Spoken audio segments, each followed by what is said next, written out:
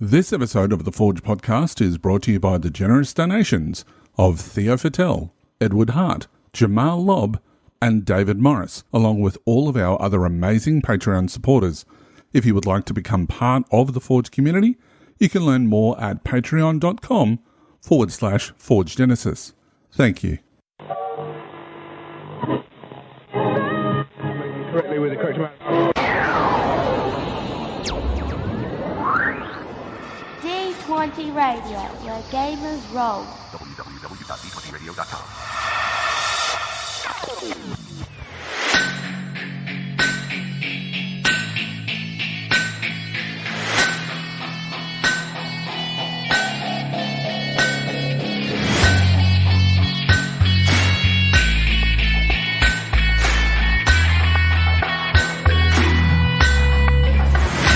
Welcome to the Forge. Hello, Gamer Nation, and welcome to the Forge, a Genesys RPG podcast covering everything that you need to know about the latest and greatest from Fantasy Flight Games, Genesys Foundry, and of course, the Genesys role-playing game. I'm your host, GM Hooley, and we have a phenomenal show for you this week. In diecasting, we'll be taking a visit to the good doctor as we perform some exploratory surgery on the medicine skill. We'll open up the furnace to continue our series on archetype creation with a look at agility-based characters.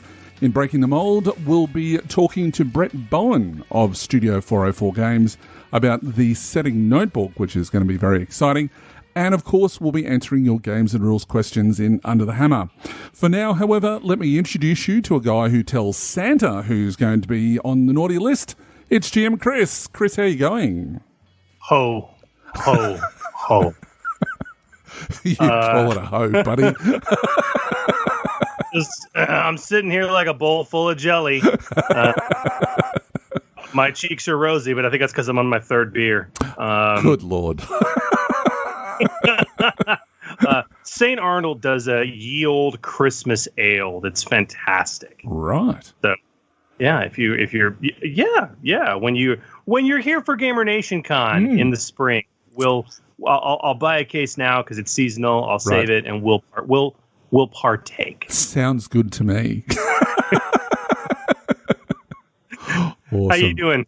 How you doing, brother? Look, I've had a little bit of an injury, but nothing exciting, and I've fully recovered from that. So that was good. But I live in the future. Now, we are recording on Thursday from me, Thursday the 19th, and I've seen it. Now, when I say it, I'm obviously talking about The Rise of Skywalker, but we won't be spoiling anything. By the time that people have actually listened to the episode, they would have hopefully seen the movie by then. Yeah, well, I can't wait to talk about that with a whole heap of people once they've seen it, because I don't want to spoil anything. So, yeah, it's very interesting. I haven't seen it yet. I'm going to be seeing it Friday morning. Mm-hmm. So, yeah, just zip it. There will be no spoilerage from me at all, so that's fine. In fact, I'm so committed to not even going in that direction. I think we should talk about what's new on the Foundry. A fantastic idea. Let's take a look in Stoking the Fire. Stoking the Fire. And welcome to Stoking the Fire, a segment dedicated to letting you know all there is to know about the releases from the Genesys Foundry and the Genesys role-playing game. But first, Chris, would you like to tell us about the D20 Radio podcast of the week? Love to.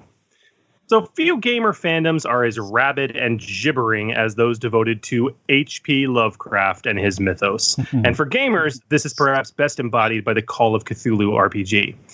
And for you dark and brooding gamers devoted to learning what cannot be unlearned, the Miskatonic University podcast is your premier source for all that will drive you mad. Their recently released episode 188, Audio Over Kingsport, sees the host doing a deep dive into one of HPL's favorite mist-shrouded locales, the township of Kingsport. A really great episode for a great show that will expand your knowledge of the HPL mythos and help your Cthulhu and Cthulhu-inspired games. So go, check out Mup. It's a great show. You guys can find that and many more amazing gaming and geekery podcasts over at d20radio.com. It really is a fun show. I love to give that a listen. I don't play enough Cthulhu when I really need to. All right, Chris, so I think it's time to talk about some FFG news because the fine folks at FFG have released version 1.1 of the Genesys errata and FAQ. The new version answers some key frequently answered questions about Shadow of the Beanstalk and the EPG itself, but it also includes updated errata for the core rulebook, Realms of Terranoth, and Shadow of the Beanstalk. But perhaps most importantly, since the EPG introduced the concept of power levels for threats, and I'm sure we'll talk about that on the show at a later stage, this new version of the errata and FAQ devotes 3 whole pages to providing those power levels for all of the existing published threats in prior books and other materials. And that includes the threats in the core rulebook, Realms of Terranoth, Shadow of the Beanstalk, and the Runners, Mercs, and Criminal Adversary decks, which is absolutely fantastic. Ooh, we've been waiting on that. Yeah, and guys, you can download this new version 1.1 of the errata and FAQ at fantasyflightgames.com. Indeed. And speaking of Fantasy Flight Games, the Expanded Player's Guide is now available as a PDF through Drive-Thru RPG.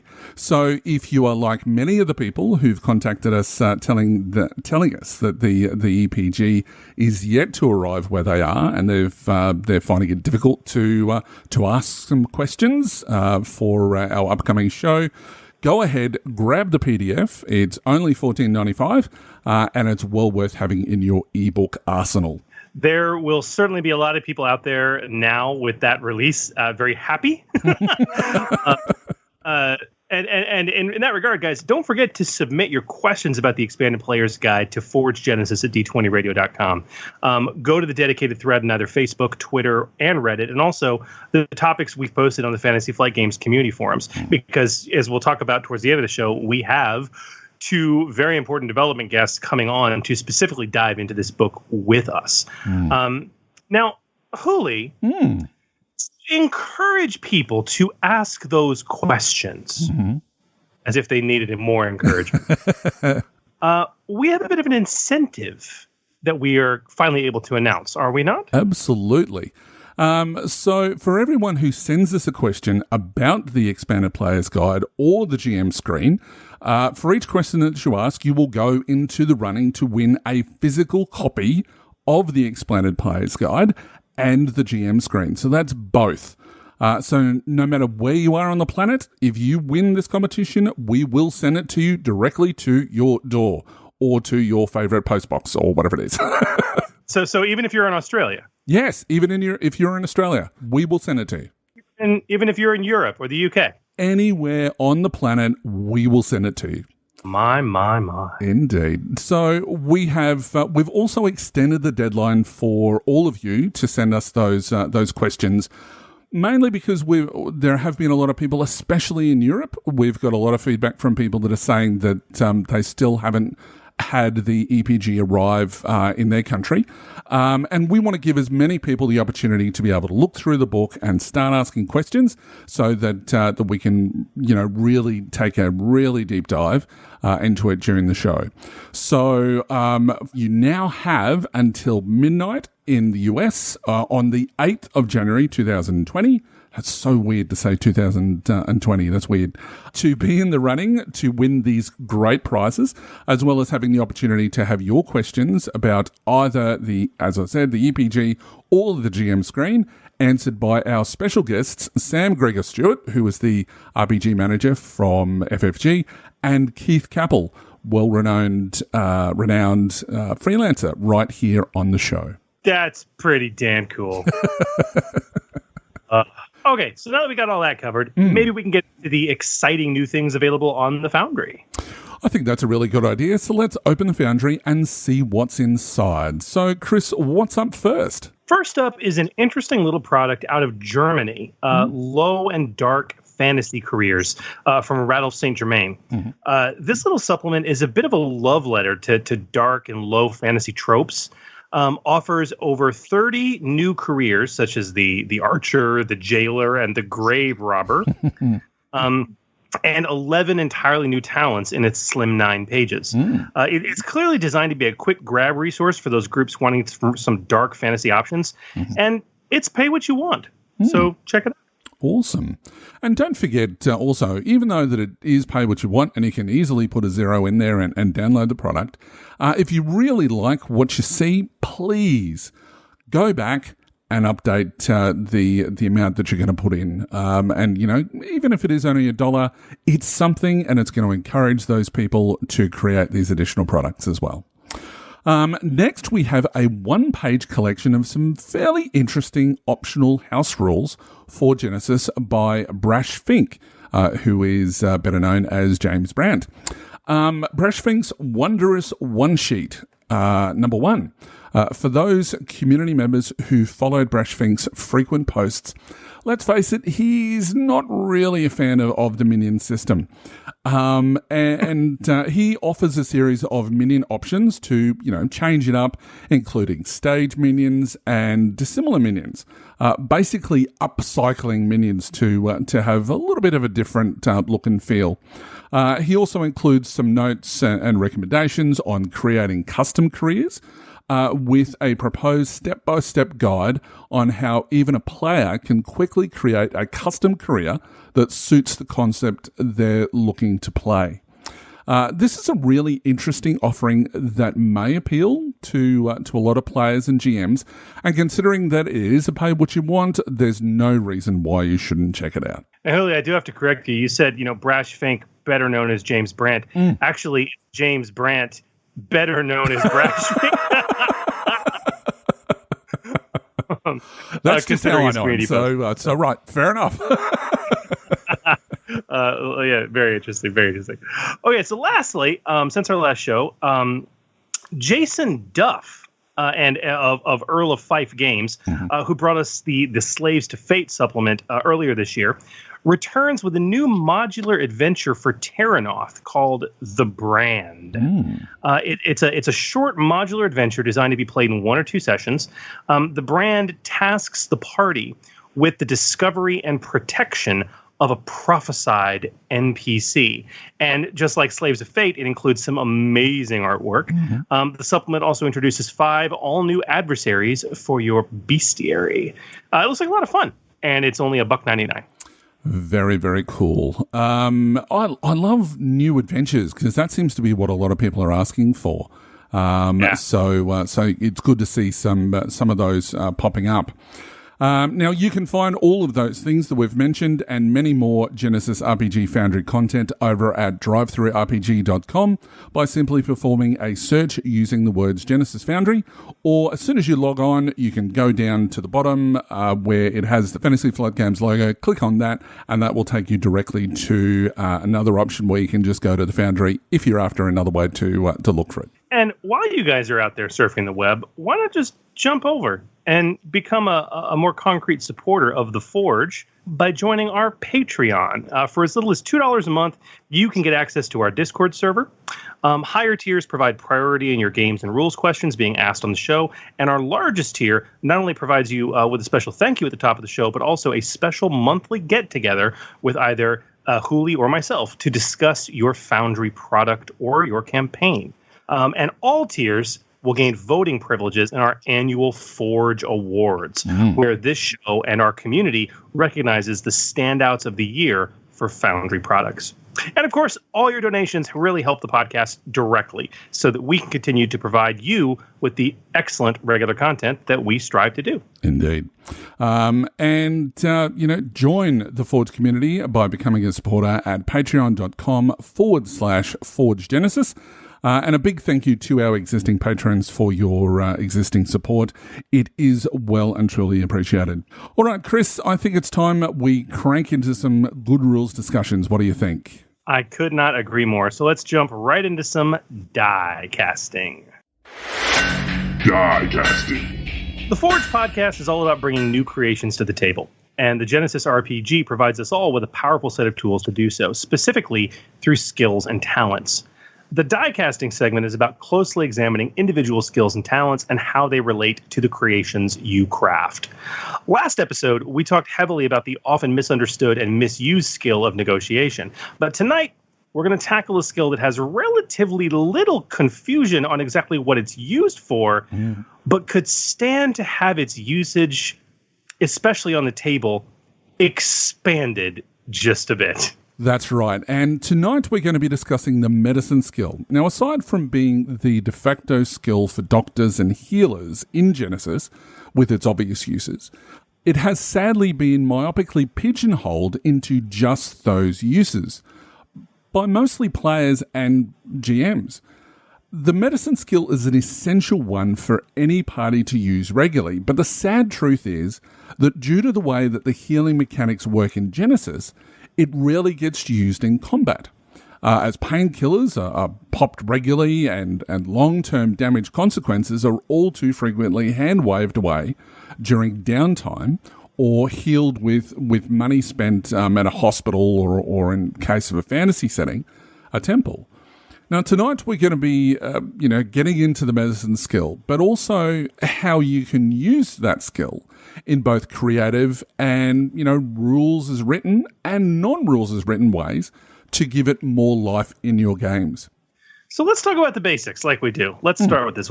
What is the medicine skill? All right, so the medicine skill it's a general skill found in the core rulebook and is noted as the skill to perform healing or any other medically related procedure. It's an intellect-based skill, and it's found on the core rulebook, or in the core rulebook, should I say, on page 61. Now, it says that medicine gets your character and their friends back on their feet. Any attempt to heal an organic character requires medicine, as do other medical procedures such as elective surgery and installing cybernetics, and working with poisons, disease, parasites, and drugs. Medicine is the skill used to deal with organic bodies, whether it be healing them or modifying them, and in some cases harming them. The entry gives them some solid examples of when to use medicine, such as trying to heal wounds, counteracting or administering a poison, curing a disease, creating a new pharmaceutical or recreational drug, trying to heal a critical injury, performing complex medical procedures such as surgery, cybernetic augmentation, psychotherapy even. And what's important to remember is that it's not all about the healing itself. A good poisoner, for example, is going to have a good die pool in medicine to create the better poison. The book also gives us some other great examples of what medicine is not used for. So, Chris, would you like to sort of discuss that? Yeah. And this really lends some credence to medicine's place. So, first and foremost, it specifically calls out that you should not be using medicine if you're trying to research a disease or a poison. Basically, there's a fine line between practice and research, and medicine is the practical skill. If you were examining a sick or a poisoned person directly, that would be medicine. But researching in a library or a lab would actually be the domain of a knowledge check. And the book actually also continues with a couple other examples. There's some pretty obvious ones. First and foremost, trying to heal your own strain at the end of an encounter. That's not covered by medicine. The rules clearly detail that if you're healing your own strain after an encounter, that's the domain of a cool or a discipline check. And the last example that they lay out for really when not to use medicine is also very interesting. And it comes back to poison. If you try to administer poison through surreptitious means, like sleight of hand, maybe dropping it unnoticed into someone's drink or their food, or maybe surreptitiously injecting someone, basically, if it's poison related and it's poison administration that's occurring via subterfuge, that is the domain of skullduggery. Now, truth be told, a good GM would probably allow medicine for that, but skullduggery is the primary skill in that situation, with most likely a much reduced difficulty. And all of this, Hooli, both the recommended uses and non-uses for medicine, kind of leads us to discuss how the medicine skill is used mechanically in the game. Absolutely. So, firstly, let's look at the careers that actually have medicine on their skill lists. In the core rulebook, we have the healer, which is obvious, the mad scientist, which is kind of cool, and the priest, again, something a little bit more sort of your generic healer. So Realms of Terranoth has the primalist, which is quite interesting, and the scholar, which again, for somebody who's sort of more of a researcher, is going to be something that they may want to delve into to learn better. So, in actual fact, having in Realms of Terranoth in particular, you could have a scholar and maybe a healer or some sort that would be working together to come up with a solution to a medicinal problem, I guess. And then the last two that we have are from Shadow of the Beanstalk. I will get it right yet. That is the academic and the tech. So again, we've sort of got more scholarly with the academic, and the tech again is that more sort of the technician, the one who is going to be doing the research. Yeah. What I find interesting about Realms of Terranoth, and this goes back to the setting itself, going all the way back to Runebound, you would expect in a fantasy game, like we see in the core rulebook, that the acolyte, the priestly type character, in a career in Terranoth would have medicine as a core skill, but they don't, because that career and that trope in Terranoth is much more like a warrior priest or a paladinly type character, right? And they really relegate healing and medical science to specifically the scholar in civilized society, and then of course the primalist, which makes sense. Yeah. So I thought that was an interesting touch. Yeah. Now, Hooli, another thing that's very exciting is the sheer amount of species that offer, ranks in medicine skill, because the list is staggering to behold. In fact, it's none. There are absolutely no species or archetypes in the game at this point that have medicine as getting an additional, one rank or having abilities with medicine. So that's an interesting omission. So if anybody is developing stuff out there, by all means, go with a species that is more medicine based. I mean, there are certainly ones that are out there in the Star Wars RPG realm, but specifically in Genesys, at this point, there are none. So yeah. So we've spoken about careers and species. So I guess the last thing that we should talk about is talents. So there are only 3 published talents to this point that even remotely deal with the medicine skill. So from the core rulebook, we have the tier 1 ranked surgeon talent. From Realms of Terranoth, there's the tier 3 pressure point talent. And then from Shadow of the Beanstalk, we have the tier 2 combat medicine talent. So yeah, they're the only 3, for now anyway, and we'll talk about that later on, that cover medicine, the medicine skill. Yeah. But what about gear? Oh, man. So, yeah, if there's a dearth of talents, there's a plethora of gear. That there is. So, okay, we got to talk about the painkiller, okay, which, core rulebook, page 94, reskinned in Realms of Terranoth, page 102 as the health elixir, reskinned in Shadow of the Beanstalk for Android, page 100 on Shadow of the Beanstalk as the slap patch. It's a piece of gear that doesn't actually require or utilize the medicine skill in any capacity, but that's kind of the point of the piece of gear. But it heals you, and so we should mention it. So I mean, you gotta talk about the painkiller because it's so critical. Now, another thing that's intriguing though is in that same vein. Is herbs of healing, which can be found in the core rulebook, page 146, and then again in Realms of Terranoth, page 101. Clearly designed for a fantasy setting. Kind of intriguing. These sort of one-time use items that, when they're used with a medicine check, they add an automatic extra success and an extra advantage to the results of the roll. Very, very handy if you're using the medicine skill for sure. Mm-hmm. And then also in the core rulebook on page 162, we have the first aid kit. Now, it says that it's only available for the Weird War setting. And it means that you can heal wounds and crits without penalty. In other words, you're having the proper tools for the job. And then this is duplicated again in Realms of Terranoth on page 100, where they explain the Apothecary's kit. So again, you've got the same rule set, but it's just got a different look and feel based on the setting. Now, you may wonder why that's only available for the Weird War setting, the first aid kit. That's because for modern settings, we actually have the portable med kit from the core rulebook, page 169, which does what the first aid kit does, and because it's a little better, because we're a little further in the timeline for a modern setting, using it with a medicine check obviously counts as having the right tools for the job, so you can do the check without penalties.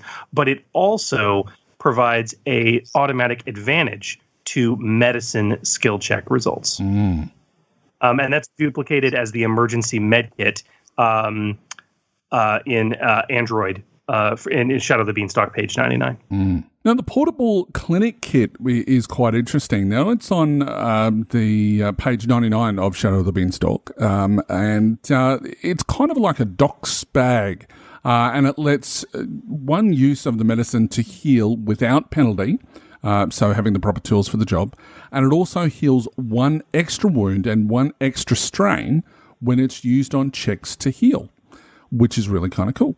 It's almost like as we go through the timeline, it's like, okay, you've got the first aid kit, which is, your World War II era. Yep. You got the portable med kit / emergency med kit, for, modern and near future. And then you've got the cyberpunk future, the portable clinic kit. They each serve as the right tool for the right job, but they get increasingly better in terms of their additional benefit. Yeah, absolutely. So, that's very, very cool. We then have, and this is kind of funny, but we then have the Happy Patch, which is, it's no surprise that it's from Shadow of the Beanstalk. It's on page 99. And this one isn't directly medicine related, but it is a drug with recovery properties. And it's worth mentioning. It heals 3 strain, which is something which is really helpful, especially if you're, importing some of this across to a Shadowrun type game, especially with people that are using spells that they might need that quick strain recovery. So it heals 3 strain, but it leaves you disorientated, not so good for spellcasters, until the end of the encounter. It is a recreational drug of sorts, but not the best of thing to have an extra setback die throwing around again. Yeah, but it's small potatoes compared to its big brother. Yes. Also, page 99 is Shadow of the Beanstalk, which is simply called the Stem. Happy Patch's big brother. When you take it, it instantly heals all your strain. Just boom, you're done. But the side effect is at the end of the encounter, when you would normally roll to recover strain, you don't make that roll. Instead, you immediately suffer 10 strain. That's bad. It very well could mean, so it can save your butt in an encounter, but it might mean you pass out when everything's done. Absolutely. Or you're just jacked for the rest of the day. And I tell you what, if you're a GM and you aren't using the spares to have someone get suddenly addicted to stim, you might be doing stuff wrong. All right. So we've talked about all of the different pieces of gear, and as you said, Chris, there is a lot of it, which is out there, which is really kind of cool. But let's talk about the mechanical effects of the medicine skill. We know what the medicine skill does, but mechanically it obviously has certain effects. Now, the medicine skill primary use is obviously to heal. This is covered in the section at the very end of combat called Healing and Recovery, and it's on page 115 of the core rules. And it's a fairly small section. And in fact, it's probably even less than a page. It does go across 2 pages, but it's probably less than a page. But it clearly shows that the medicine skill is used in one of 2 ways: short-term healing and healing critical injuries. Yeah. Short-term healing is where we start. Yeah. And with short-term healing, very simply, you make a medicine check with a difficulty based on how wounded the patient is, okay, in order to heal them. Now, your difficulty on this, again, depends on how wounded they are. If they're at less than half their wound threshold, that's an easy check. If they're more than half their wound threshold, that's an average check. If they're over their wound threshold, that's actually a hard check. For every success that you roll, the target regains 1 wound. And for every advantage you roll, the target recovers 1 strain. The big limitation here is that check can only be performed once per encounter. Now, this is an interesting point because a GM will need to rule what is an encounter. You know, for example, traveling between 2 places, like Hooli, is that an encounter? Well, that's exactly right. And I mean, this is something that really needs to be determined either at the time with the consent of everybody at the table, or it needs to be done way back when they run session 0, that they need to work out what is the definition of an encounter. For my games, I normally have it in scenes. So if they are traveling between 2 places, that's a scene. It's a scene that wouldn't appear on film, or it may in sort of a bit of a montage sort of sequence of showing the movement and what sort of countryside they're moving through. But that would be a single encounter. So if you're traveling between 2 places, yes, you can heal your friend or other players with that, other PC, should I say, with that medicine check.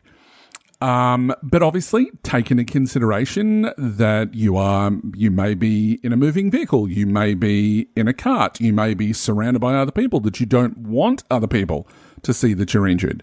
So don't forget some setback and maybe increasing the difficulty to keep that undercover and things like that. The only limitation, and this applies to healing any injuries that you might be performing on yourself, is that you have to increase the difficulty by 2. So even if you are sort of moving between places or something like that, that you are adding setback, just remember, if you're doing it, you know, in the back of a wagon that you've managed to stow away on, and you're having to heal yourself, that's going to be increased by 2. And the ramifications of that, by the way that the system works, is that chances are you're probably going to get more threat. And that can mean you could be passing out. So from a story perspective, you know, it's the predator who's jabbed himself with a healing something, and suddenly screaming out in pain. Well, that would sort of represent the strain if some threat were rolled, for example.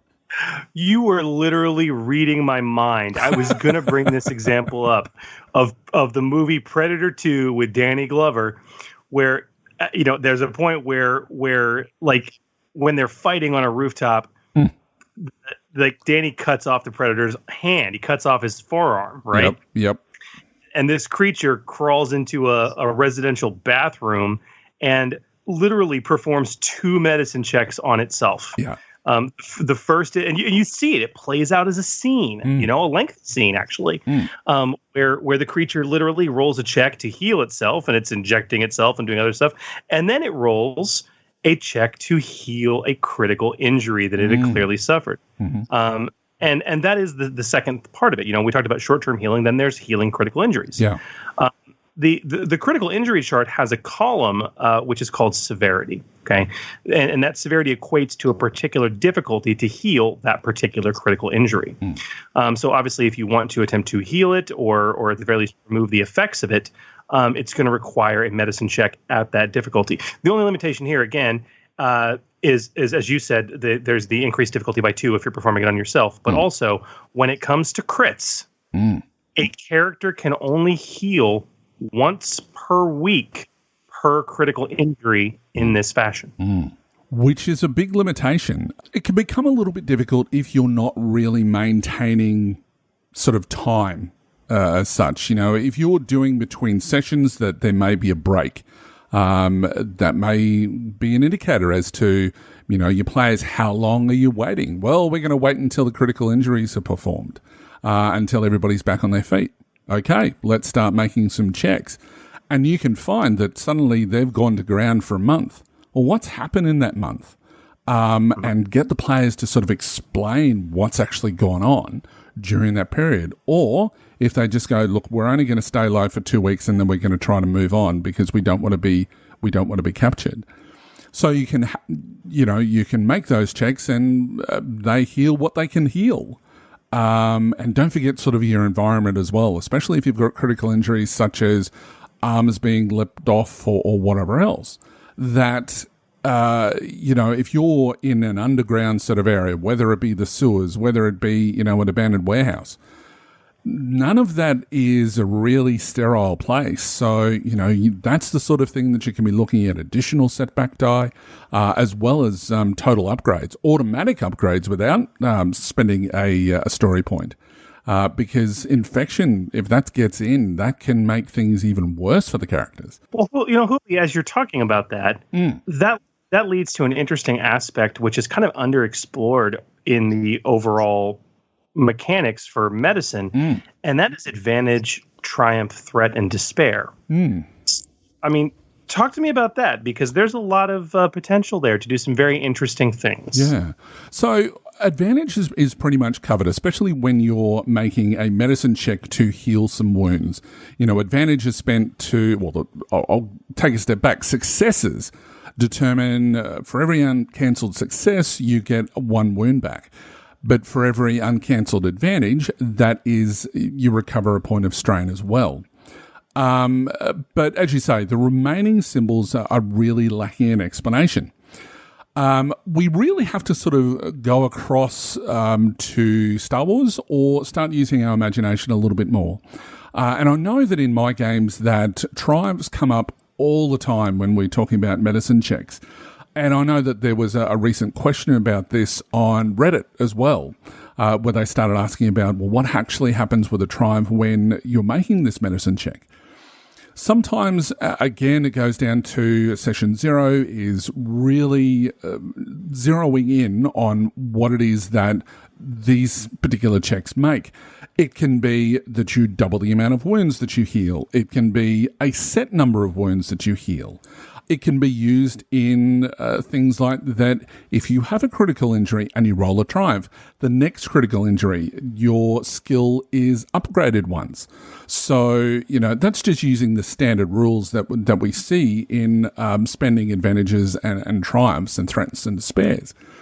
So if you really want to make it a hard and fast rule, especially with triumphs, look at a set number of wounds that it heals additionally, and you might be looking at something anywhere between 3 and 5, for example.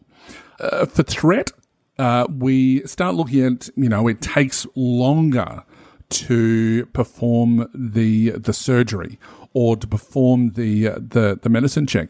Perhaps that it doesn't happen instantaneously, so you might have to wait a little bit longer in the dungeon that before you proceed, which might mean that the bad guys end up being able to prepare things better for the ambush or set an ambush or something like that. And then, of course, there's despair. Now, despair is the realm of, a terrible accident where perhaps a further critical injury is caused.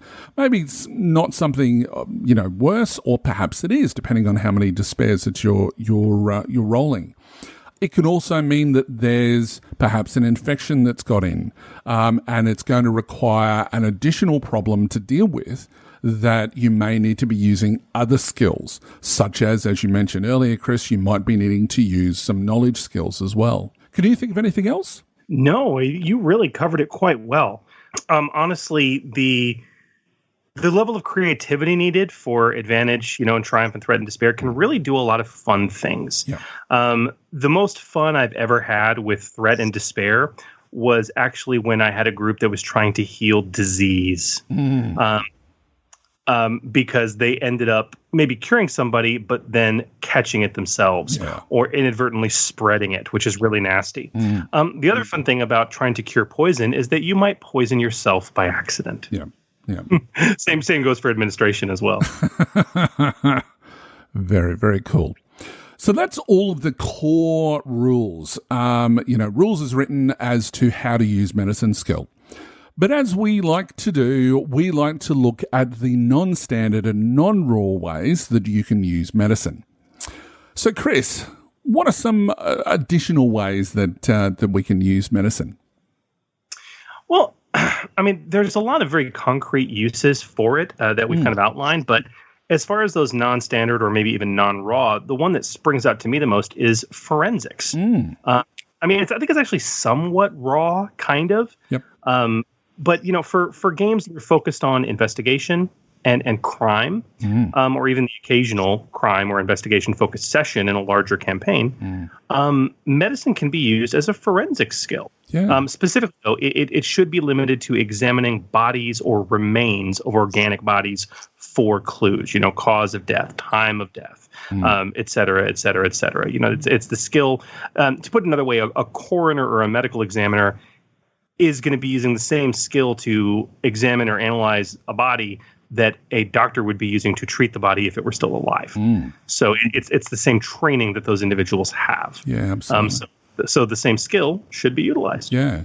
I mean, another thing as well, if we start looking at the fear mechanics, the things to if you went down the path of actually having critical injuries for whether they be mental health injuries, that medicine, as it says in the description, is for things like psychology as well. So anything in that medical field, which includes your specialists, your ER doctors, as well as your psychologists and psychiatrists as well. So, that could also be used there to be healing people over time with some of their phobias and things like that. Now, talking about phobias and mental health issues caused specifically by fear and fear effects, I did some further research into the horror tone where the rules for fear exist in the rules. Now, on page 244, there is a fantastic table, which is table 3.4-2, traumas and their effects. Now, on that table, it lists the type of trauma, what the effects of that trauma are, and the severity. Now, it's not very clear, but this to me looks like a critical injury table for mental trauma. So basically, when you roll a despair or 5 threat on a fear check, you can take a critical injury, but for mental trauma instead. So when that occurs, you roll on the critical injury table as normal, find the severity, then look at this table with the corresponding severity, and this is what happens to them. And what it's also not very clear on is how to cure these sorts of injuries. So my suggestion is to use the medicine skill. Now, no surprises there because that's what we're talking about. Now, as Chris or I mentioned before, I can't remember which one of it was, but medicine covers all aspects of the medical profession, including, psychology and psychiatry. So using that connection, medicine seems the best skill that's going to be the most appropriate to be dealing with this sort of an injury. Perhaps, I'd even go so far as to say that you could even use a medicine skill, but use it with presence instead. If you have a horror setting, you may even consider creating a new presence-based skill called psychology, if it's coming up a lot. But the catch-all in this sort of circumstance is the medicine skill. Now let's talk about the hows of the situation. So the difficulty to cure the trauma is going to be based on the severity as you would a normal critical injury. And the question, though, is how long is that going to take? Now, healing from normal wounds is something that it takes a week to recover from a critical injury. And I'm not sure whether that's realistic or not, but that's what the rules have said. I tend to take a harder approach when it comes to mental health trauma, because just due to the nature of it, it takes time to process that. So, our suggestion is about a month, perhaps more, of intensive therapy. You may even consider 1 month per level of severity if you want to go that far. Without firm rules, though, it's really up to the GM and how they want to handle it. If you want to take a look at some additional rules with regards to fear, you can go and grab Scott Zumwalt's expanded fear guidelines, which goes through some of this stuff, especially focusing obviously on fear, and it's available in Foundry, so go and take a look at that. Now, psychology is something that you can't really, there's no tools that you can use other than, experience and training. And that's something that we see a lot of doctors and mental health professionals, that doctors in particular, even though that they haven't focused on psychiatry, they still have to go and do a stint in a mental health ward so that they can have a wide range of skills. Obviously when it comes to these sorts of checks, it's probably best that you look at the background of the character. So where is it that they've come from? Have they come from being a doctor, or is it something else entirely? Are they just, they're very focused on combat, and they're a soldier or something like that. And as a result, they've had a little bit of experience in tending to wounds and things like that. So, look at the characters and their background story. And if they don't really have anything that sort of fits that psychology bill, you might want to look at giving them setback diet to their medicine check when trying to heal these sorts of injuries. I personally think that the best way to deal with this, though, is to use the medicine skill, but use your presence as the attribute. Mm-hmm. That would be my suggestion. Another thing that I would probably suggest as well is, and this is a realm of one of those, if you were doing like a crime scene investigation, as you say, Chris, that you have somebody who's walked into a crime scene. You might be using vigilance, you might be using perception, but you also might be using medicine for things like blood splatter patterns and things like that. Yes. It may be a higher difficulty, but certainly if you're looking at, well, what would the distance covered by blood splatter from carotid artery, how far would that go? And if you've got a player explaining that, I'd certainly be allowing them to use medicine, most certainly. Yeah, I couldn't agree more. Yeah, it's great use. Mm. Now, of course, when it comes to true non-raw uses for medicine, of course, the easiest non-raw use of the medicine skill is, once again, custom talents. Now, as we mentioned earlier, guys, there are only 3 talents that are spread across 3 completely separate books that deal with the medicine skill or relate to it in some way. So as we do, we have masterminded 4 new talents that we have created for you to get on the table and play test to really give some additional punch, power, and versatility to those anatomical eggheads in your party. And I think this is some sort of record for us as far as designing talents. But look, when we get onto a roll, we just keep going. So, all right, so let's look at the first one. And it's a tier 2 talent, and it's called Invigorating Painkiller. Now, its activation is passive, and it's a non-ranked talent. When your character administers a painkiller in addition to the normal effects of the painkiller, the target also recovers a number of strain. That number is equal to your character's ranks in the medicine skill. Now, this talent was really kind of designed to provide a powerful yet passive bonus for high medicine characters without having them, need to make a roll. That's kind of using the medicine skill in a sort of a kind of backdoor way, but it's something that is missing, and it's something that a lot of people also forget, I've found out in games that I've run, is that advantage that gives them that extra strain. So, if they're, and especially people who want to recover strain, again, I'll go back to spell users, that, that there's no quick way that you can slap on a strain recovery patch without it being, a recreational drug, as we mentioned before. So yeah. I like the passive use of medicine in that regard. And again, even with spending advantage to recover strain, people don't always do it. They want to do other things, or if they're really strain suffering. And one of the common complaints, especially that younger or newer players to the system will give, is it's like, okay, you took this painkiller, you've healed 5 wounds. Okay, but what about my strain? You got to wait on that. So this is a nice way to reward a medicine focused character. It's like, no, you don't administer the painkiller. Let me administer it. Okay. Yep. And by the way, you've healed your 5 wounds and also 2 or maybe 3 strain, depending on my ranks. Indeed. So I think that's a nice bonus. Yeah, absolutely. And what's the next one?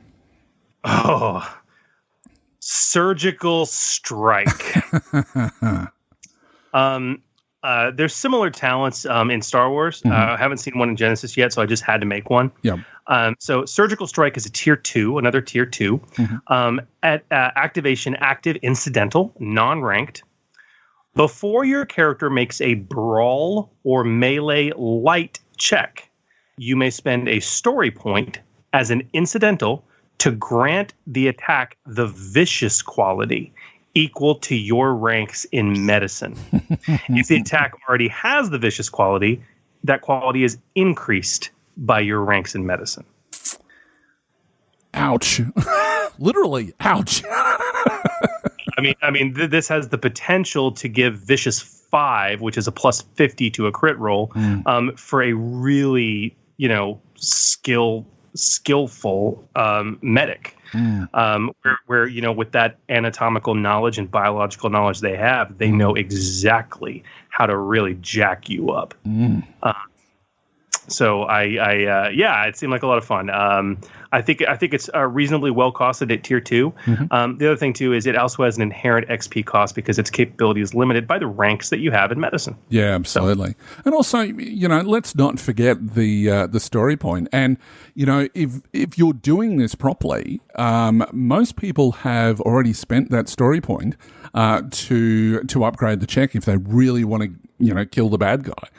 So you can only spend 1 story point in the round. So you've got to be careful. If you've got the talent, make the decision whether you use the story point before or after. So yeah, interesting. Yeah. Very cool. So our third one, it's only a flesh wound. I love Monty Python, and it's a tier 4 talent. Now, this one's quite interesting, so, let us know what you think. Its activation is active, incidental, out of turn, and it's a non-ranked talent. Once per session, when a character within short range suffers a critical injury, your character may attempt a daunting, that's huge, daunting medicine check. If successful, your character selects the critical injury suffered in lieu of the rolled result, which is really, really handy. Now, this is a high-tier, powerful ability designed to be a great secondary use for medicine. It doesn't have a story point cost due to it being situational, but and it's difficult. It's difficult to pull off. But it is limited to once per session. So, that's the balancing factor that we've thrown in with that. So yeah. And our last proposed talent for you all is kind of, it's only a flesh wound's big brother. We're calling it Crash Cart. This is a tier 5 talent, Hooli. Activation, active, action. It is obviously non-ranked. Once per session, your character can spend a story point to attempt a formidable, that's 5 purple dice, medicine check targeting an engaged character who has died within the last round. If successful, the target character is saved, returning to life at 1 wound above their wound threshold. Wow. Super high tier, super costly. Obviously story point and just the redonkulous difficulty it takes to pull it off. And it can only be done once in a session. Yep. Super situational. So yeah, very, very, very intriguing. But this is that true paragon surgeon capability. Yeah.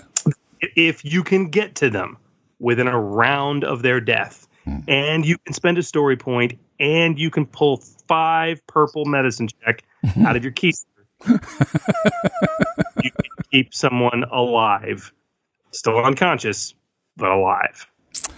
Interesting. I like that talent. And it is super, super, costly, especially at a tier 5. But, for that one time that you really need to make one of your friends really well again after they pass on, I think that, it's certainly one that worthy of taking. So, yeah.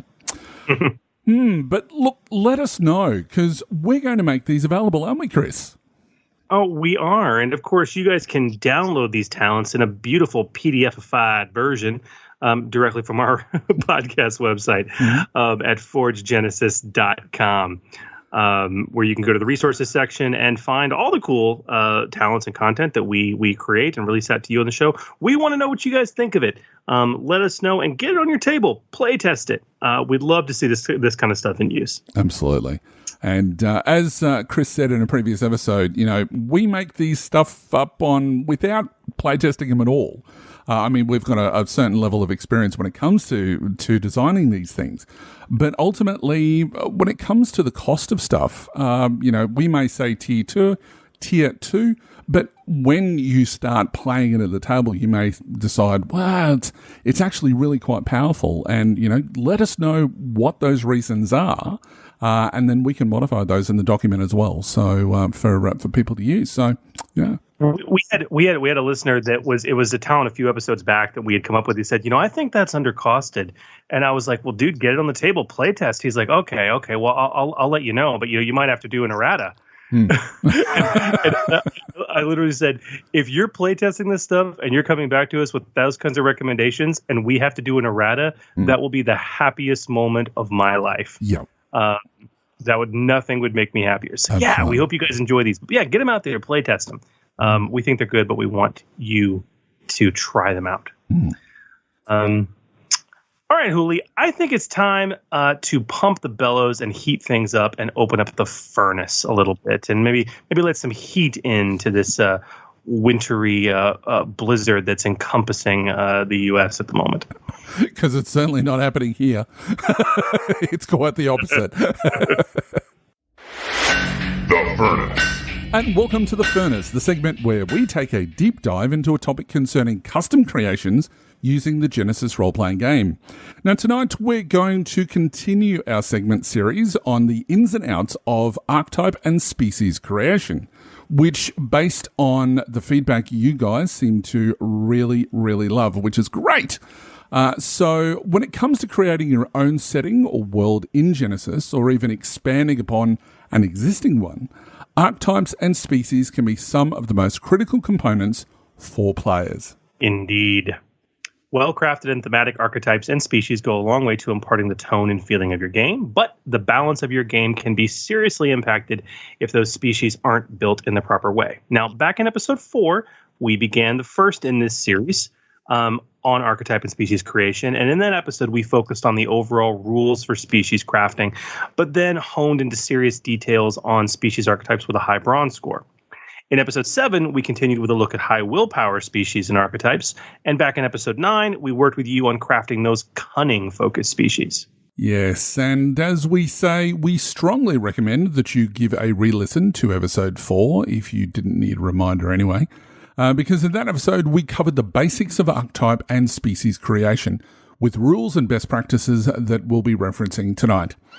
Now, this episode sees a return to the more physically focused species and archetypes. In episode 4, we covered the brawn attribute, but this episode, we're going to be talking about those with a high agility attribute. fast and ever in motion. High agility species represent some common and classic archetype concepts, which we're about to break down, while including the best practices to develop your very own species and archetype abilities for those concepts. So, to start things off, again, you said it a minute ago, Hooli, but boilerplate, guys, again, as we do, we're not going to be discussing the core rules of creating a species tonight, the 6 parts of a species, XP costing when changing those parts, all of that. Again, please go listen to episode 4. We covered all in the first half of the Furnace segment. There's no use repeating it, and we're just going to proceed assuming that you all know what we're talking about. Tonight, you're just going to be applying those rules to a new archetype and species focus. So let's talk about agility-focused species and archetypes and really what that embodies, what it means. So we really kind of have sort of 3 main sort of core concepts, I guess, when it comes to agility. And these concepts really focus on what agility embodies.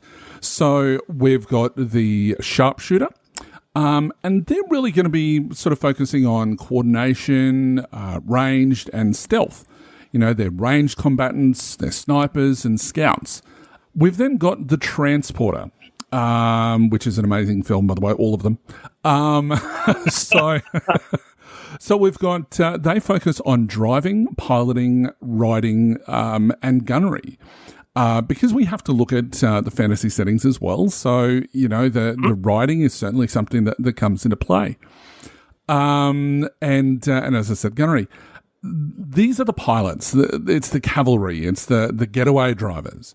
They're using their agility to be able to drive the vehicles or the animals that they're using to go from point A to point B, or to escape the bad guys, or to chase the bad guys, depending on which way you're looking at it. So that's the transporter. And lastly, we have the ghost. So the ghost is, they're focusing on stealth and coordination. These are going to be your cat burglars, your spies, your rogues, and your sneaks. So they're the ones that are going to be using those skills that are agility based to be able to get into the areas without being seen, and to find the item that they've been sent in to grab and get out again without being seen. Mm-hmm. And I think it's interesting when we look at whether it's fantasy or sci-fi or anything else, these 3 focuses are commonly repeated in species unique to those settings. You know, especially and some are more prominent than others. You know, when I think of the transporter, that's a very, very common species trope in science fiction and space opera. The idea of the spacefaring species. You know, they were the first in the galaxy to explore. You know, very, very common. And then, whether it's fantasy or science fiction, when you get into species, the idea of the ghost or that species focused on stealth and darkness, maybe they live in a dark planet, you know, and that's the world they come from. It makes me think of the last species that I did when we talked about cunning focused characters, you know, the Shadowkin. Very much can fall into that category as well. Yeah, definitely. Yeah. And look, with the addition of some talents, and I know we'll talk about this later on, but with some of the talents like finesse, for example, you can turn a brawling or a melee focused character into sort of the sharpshooter, but make it more sort of one-on-one combat. Just by using that one talent. So, don't think that when we're talking about sharpshooter that we're only talking about that sort of just people who can shoot. With the application of the right talents, you can turn some of those things into more agility-focused characters. But for the purpose of this exercise, we're just going to focus on straight out of the box what you can do with your species. So now let's talk about some of the issues that we have to look at when we're talking about building these species in the first place. So specifically, what is going to be your dump stat? Now, again, look, there have been a couple of these that we've gone through where there's no real obvious choice. And again, it's going to be dependent on what your focus that you're going for this particular species. So for each focus, let's talk about dump stat possibilities and those that you should avoid dumping into with those particular 3 focuses that we've talked about. So dump and keep. Let's start with the top of the list of the 3 focuses. Let's start with the sharpshooter. Okay, that ranged combatant. For your dump stats, you really want to consider a couple obvious choices. Brawn is an obvious choice here. Sharpshooters aren't particularly known for melee combat effectiveness or athletic ability. I mean, outside of coordination. Yep. Another potential option for dumping is intellect, and primarily because there's very few intellect-based skills that are crucial to this focus of the sharpshooter. So that's another potentially strong choice as well. Now, as for what you should keep, meaning the skill, the characteristic you should never dump with the sharpshooter focus, that should be cunning. Cunning should be kept high, always at a 2, maybe even higher, depending on how you decide to build it. Mostly because for that particular focus of sharpshooter, survival and perception are very essential. So you want to, you don't want to hinder those options too much, or the species is kind of working against itself at that point. Absolutely. And then we get on to the transporter. So for this one, the dump stat should be what we think is probably the most appropriate is brawn. It really is the choice to dump, in our opinion. It will have little to no bearing on the target skill layout for when you're using vehicles. The only time that you would probably ever use it is that for whatever reason you have to change a tire that's blown and you don't have some sort of a jack or something like that. You might be using brawn then, but realistically, or I guess if you had a body that you need to take between one place to the other, you might be using brawn to lift it into the trunk. But other than that, brawn is something that you won't be using. The attribute that we suggest that you keep, though, is intellect, because it's strongly associated with this concept.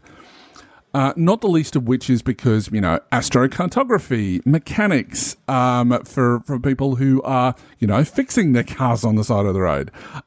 When you're piloting a spaceship, astrocartography becomes important. And also when it comes to, using horses, knowledge of geography is going to be important as well. So, definitely don't turn intellect into your dump stat. Correct. And lastly, when we consider the ghost, that last focus concept, when you think about your dump stat, the presence characteristic is the most obvious choice. The ghost focus isn't really known for social interaction. That's not really their thing at all. In fact, they're often characterized by antisocial behavior.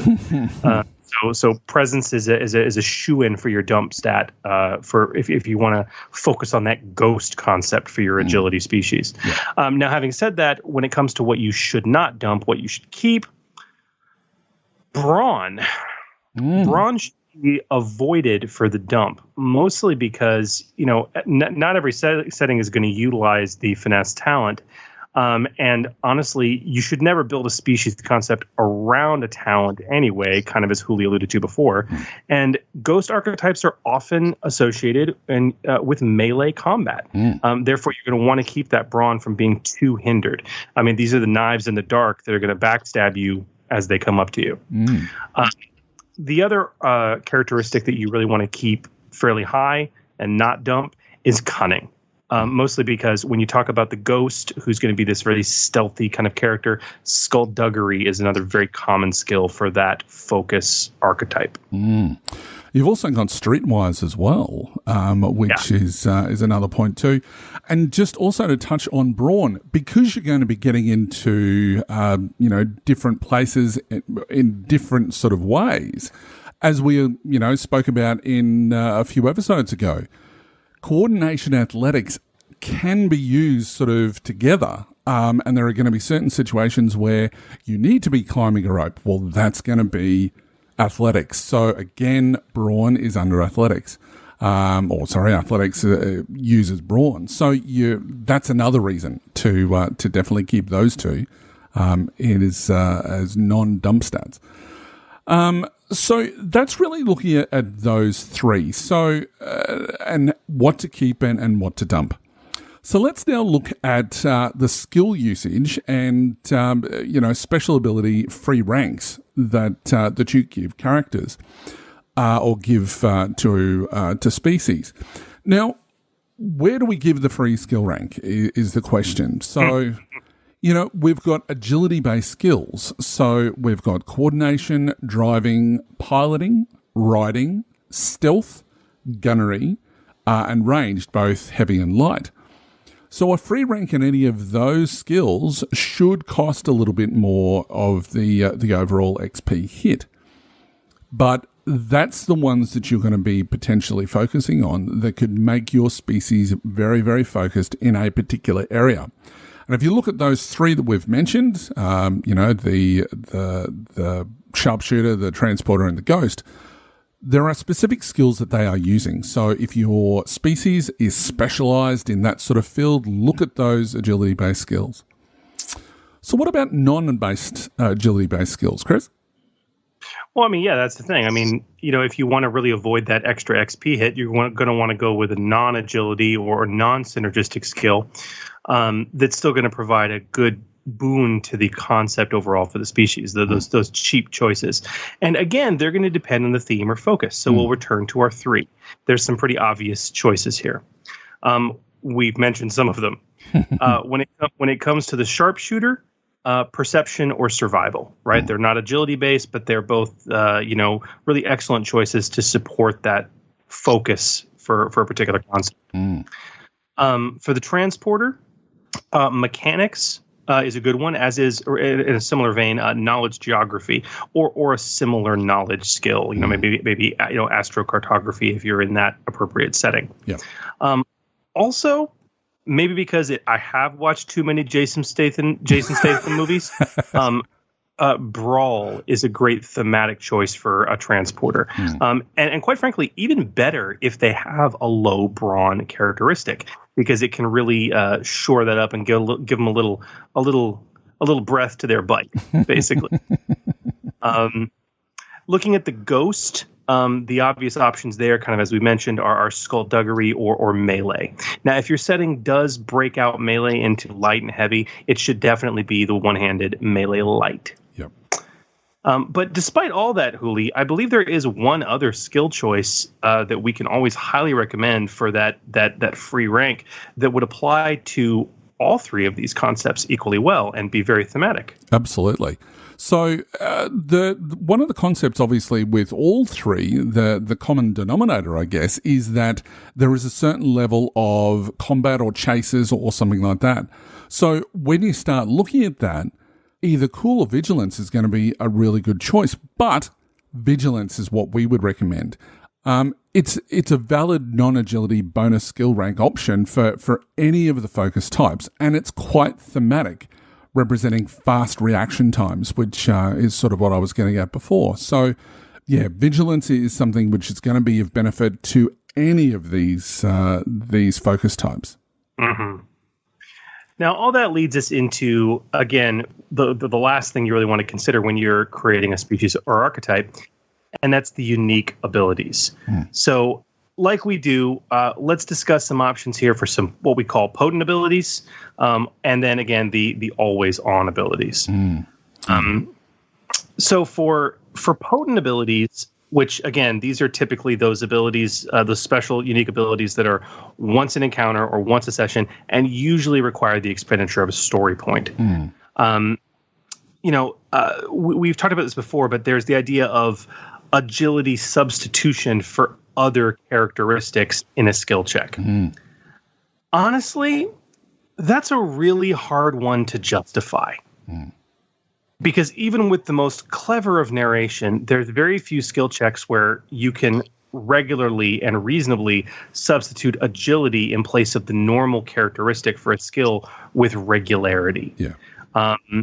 It's one thing to say, you can replace a brawn skill with with agility, by spending a story point. And, basically that might give them, one-time access to the finesse talent so they could, make that melee strike or that brawl check using their agility. And that's really cool. But then you've got those weird narrative situations where you have to justify how you can lift a boulder using athletics with your agility. It doesn't always quite mesh up. No. Therefore, if you're a fan of that story point driven potent ability, what we would recommend is that you instead use agilities to substitute skill ranks in other skills. So, once per encounter, once per session, you spend a story point and you make a skill check and you treat the ranks in that skill as equal to your agility. Now, honestly, it is best, and we recommend doing this because you need to call out specific types of skills you can do this with. We recommend doing this with either brawn-based skills or cunning-based skills, and I'll explain. Mm-hmm. For brawn-based skills, unlike the earlier example, when you're substituting skill ranks, what it really represents is your speed of reaction in place of a physical task or the avoidance of a physical danger. So, if you're to do it for a combat skill, that makes total sense. But if you bring athletics or resilience into the picture, if it's athletics, it's that moment where you're quickly getting ahead of things. Maybe you're not physically strong enough to lift that super heavy boulder, but you're maneuvering underneath it really quickly and adjusting this and adjusting that and manage to, heave it off or pry open that door. When it comes to resilience, it could be simply represented narratively by something like a fast reaction, to avoid whatever consequence that resilience check is being made for. Yeah. For cunning-based skills, if you decide to apply it there, it literally represents you either fast talking or fast fingering your way through a cunning-based social interaction or a pickpocket, which I really like. These examples might be stretching it a bit, but I mean, honestly, these are infrequently used abilities that are going to cost a story point to use. So if you decide you want to go for that potent ability for agility, those are some suggestions. But honestly, we rarely see this, Hooli, do we not? Most of the time when we see agility-focused species, that unique ability is typically an always-on ability, no? Yeah, absolutely. And, this is the less potent of the two, but it doesn't cost you anything to use, and it's typically always going to be in play. So your things like dark vision, it can work well with the sharpshooter and the ghost concepts. Natural defense is another really good choice. Inherent reaction time, given a natural defense of 1-2 million ranged. And lastly, there's I guess we can call it the doesn't suffer strain to take a second maneuver. It's we see that in Realms of Terranoth with the elves. We've got Fleet of Foot. My apologies. It's the Catfolk, and it's called Fleet of Paw. As you do, which is very, very thematic. This is it's a great and thematic use of a special ability. And if you reverse the math from the Catfolk in Realms of Terranoth, it's only costed at 5 XP. It's a really powerful ability. We'll talk about that a little bit later on when I'm discussing something that I've created. But 5 XP for being able to just completely ignore the strain cost, that's insane. It's very thematic because it's exactly what, cats do. They move fast and it doesn't take them much energy to do it. Yeah. And I know that in the Realms of Terranoth hack that I've been doing for Legacy of Fire, which is a Pathfinder adventure path, we had a Catfolk character. And I'd never seen Fleet of Foot used really well. And there was this one bad guy that was kind of around the corner that they managed to spot, mainly with a triumph on a perception check. And he straight away basically just said, right, I'm going, how far away is he? And let's say medium range. He made a bolt for it straight away and was able to get there in the single round. which is really, really cool. So without suffering the strain. Without suffering the strain at all. Yeah. And now keep in mind, though, even with that fleet of foot or fleet of paw ability, you're still limited to a maximum of 2 maneuvers per round. Yeah. Okay. Yeah. It's just that you're not suffering the strain cost, which, as we continually bring up, adds up. Yeah. Yeah. Absolutely. And I mean, I know that we've spoken about this heavily when it comes to spells and magic. But having, I didn't have a lot of experience when it came to spellcasting in Genesys, but now that I've run a campaign, I've seen one of the PCs who is the spellcaster. He's constantly, running out of strain or not being able to power up abilities just because he needs to spend some of those advantages to keep his strain up. To be able to use it. And every time that something happens, and it's only just because he gets one threat, you can see him cringe in the seat where he goes, is he going to apply it as a point of strain? Yeah. And that's only 1 point. So yeah. Okay, so Hooli, shall we put our advice to the fine listeners to task and maybe create some new agility archetypes live here on the show? I think that sounds really cool. Chris, I think you should go first because I love your take on this archetype. It's really cool. Oh, thank you. It's definitely Star Wars-y inspired. Yes. But I tried to build this in a way where it could really fit into any setting. The species I've created are called the Navigators. The Navigators are a species without a home, living nomadically and constantly on the move in large clan groups. However, they're not seeking a home. They live to move, and in fact, culturally claim to have lost all record of their original place of origin. Culturally, they are devoted to exploration above all else. They're focused on travel, discovering new places, and reaching the most far-flung reaches of settlement. And this proclivity is what has led everyone to call them, and eventually they've adopted their own moniker themselves of the Navigators. No matter where you go, you will almost always find traces that a navigator has been there first.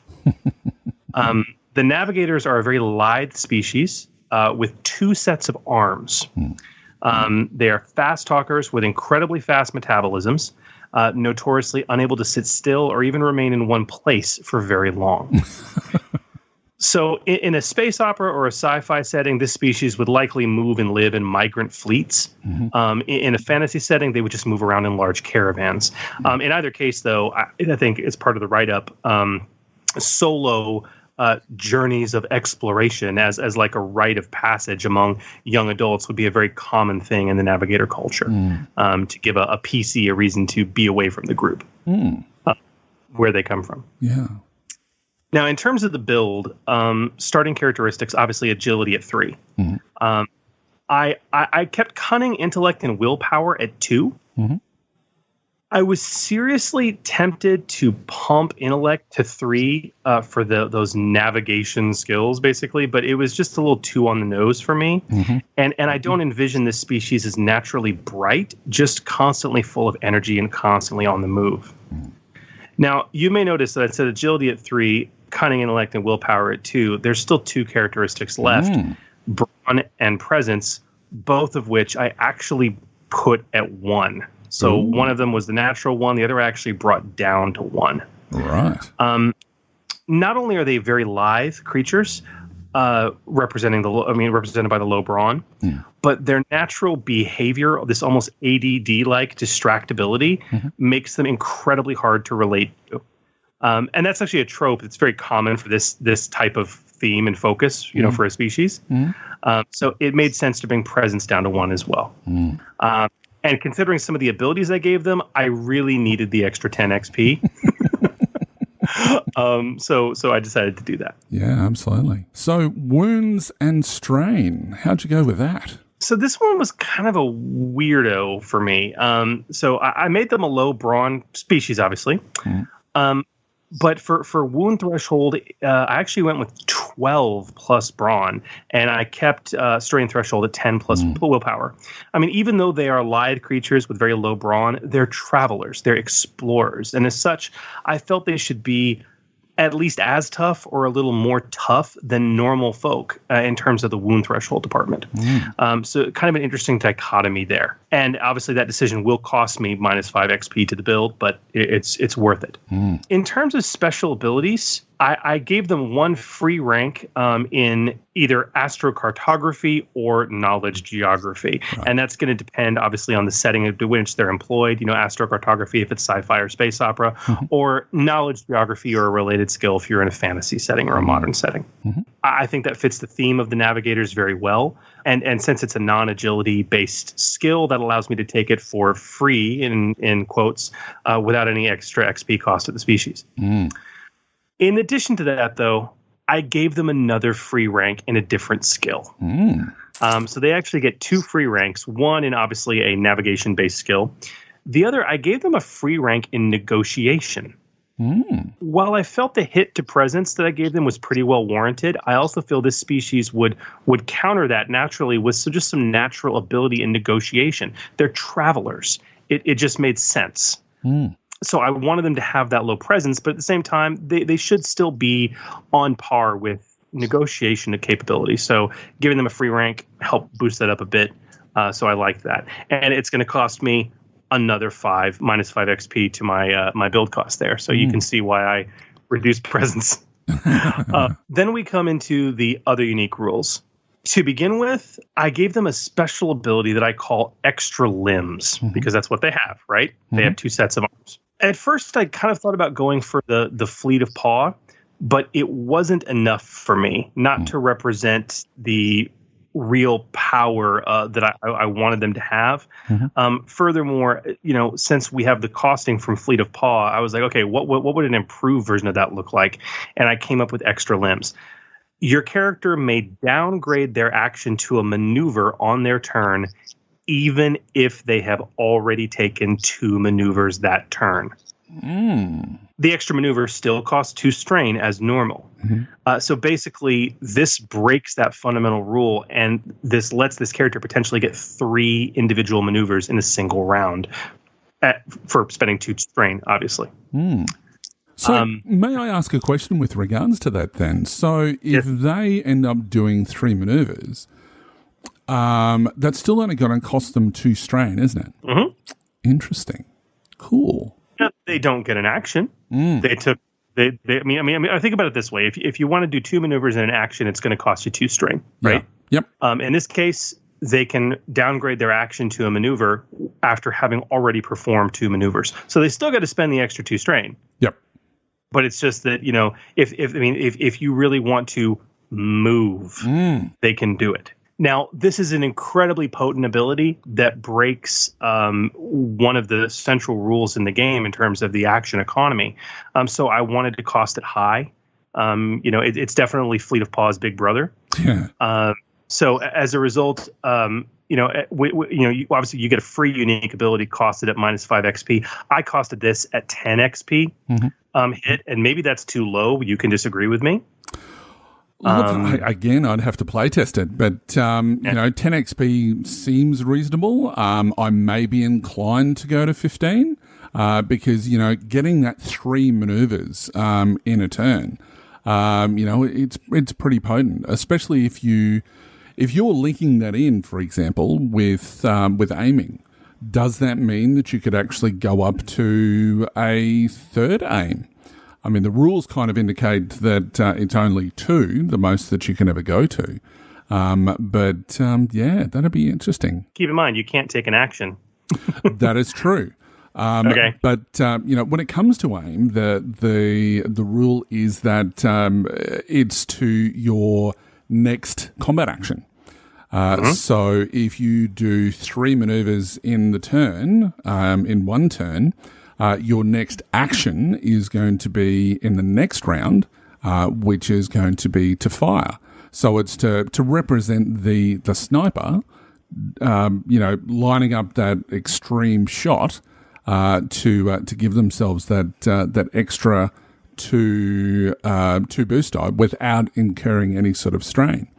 So I thought about that too, and it's no different from any normal character. I mean, if I'm playing a human sniper, I can spend a round and 2 maneuvers to line up 2 boost die, and then when my next turn comes around, I can spend another maneuver to line up a 3rd boost die, and even pop 2 strain and take another maneuver to line up a 4th boost die before I take my action. That is true. If you're going to interpret it that way. Yeah. So I kind of went through these scenarios in my head, and that's kind of why I costed it as I did. But I'd be really eager for folks to play test this because, listen, if it ends up being better as a 15 XP cost, I'm totally fine with that. But as of right now, I costed it at 10 XP. And since you obviously get that 5 XP for free with unique abilities, that's another -5 to the total build. And then I gave them another interesting thematic unique rule. A special ability that I call fast metabolism. Your character does not need to sleep and gains the benefits of a full night's rest with an hour of quiet contemplation. To me, this is a good -5 XP ability. It's relatively small potatoes in terms of its benefit, because the only time that really even matters is for natural healing and strain recovery. But truth be told, unless the entire party is navigators, I mean, you're going to be twiddling your thumbs for a full night while everyone else sleeps anyway. That's true. So very situational when it will come into play. But I felt it was really thematic considering the write-up for this particular species. And so I costed it at -5 XP as well. All in all, that's going to take me down to a starting XP of 90. Very cool. Which I felt was pretty good. I agree. I like it. It's very thematic. And I mean, again, to just touch base on that fast metabolism again, that, yes, in the space of, an hour, you can recover all of your strain, especially if you're like a mage or something like that and you're with a party. The party's not going to wait around for an hour between encounters for you to rebolster yourself so you can start casting spells. So, I mean, sure, if you want to, but that means the bad guys have more time to prepare. So yeah, but no, really good build. Thoroughly enjoyed that one. Very cool. And you went and got all crazy on us. As I do. It's probably going to be controversial once everybody listens to it, but so look, I've gone down the superheroes path and I've done the speedster. So the write-up that I've given it, as fast as lightning, the speedster hero moves from place to place, righting wrongs in the names of justice. While many heroes fly or move about in high gadget gear, the speedster is capable of great exploits using the power of momentum generated by their speed. Seemingly ignoring the laws of physics, speedsters often run across water, up vertical inclines, and even through the air when precipitation is present. Yet the speedster's power comes from their overcharged metabolism, which in turn is their greatest weakness. With their immense hunger, a speedster often seeks out allies, sponsors, and other supergroups who can help them keep themselves sustained with much-needed resources, particularly food. A speedster's powers are not limited to their faster-than-normal movement. Rapid punches, whirlwinds, and even time travel are possible, but the speedster must constantly practice and hone their skills to achieve such astonishing feats. Now, it's no secret that I love superheroes, particularly the MCU, but I'm a huge Flash fan as well. And with a lot of hype of the Crisis of Infinite Earths recently, I felt this was as good as any opportunity to give speedsters the once-over. Now, unlike Chris, I've gone to a very specific setting type. So, it has to be superheroes. There is no way that you could use this outside of this realm. And there is a reason for that, and we'll get to that at the very end. I'm also going to quickly cover off on the best choices for super attributes. So if you're not familiar with what a super attribute is, go to the tone section of the core rulebook, and the very last one, so it's the very last thing that you'll see before the character sheet, is the superhero tone. And what happens is that you can assign 2 attributes to be super attributes. And what that means is that when you use a skill that uses those particular attributes, if you roll a triumph, it becomes open-ended. So, exploding dice. So if you roll a triumph, you get to roll another yellow dice. And if you roll another triumph, you get to roll another yellow dice, and et cetera, et cetera. So that's what I mean by super attributes. But I'm going to try to stay within the core rules as presented in both, as I said, the core rules and the expanded player's guide. So, and realistically, I didn't go too much into the expanded player's guide here, so you can do pretty much everything under the core rules.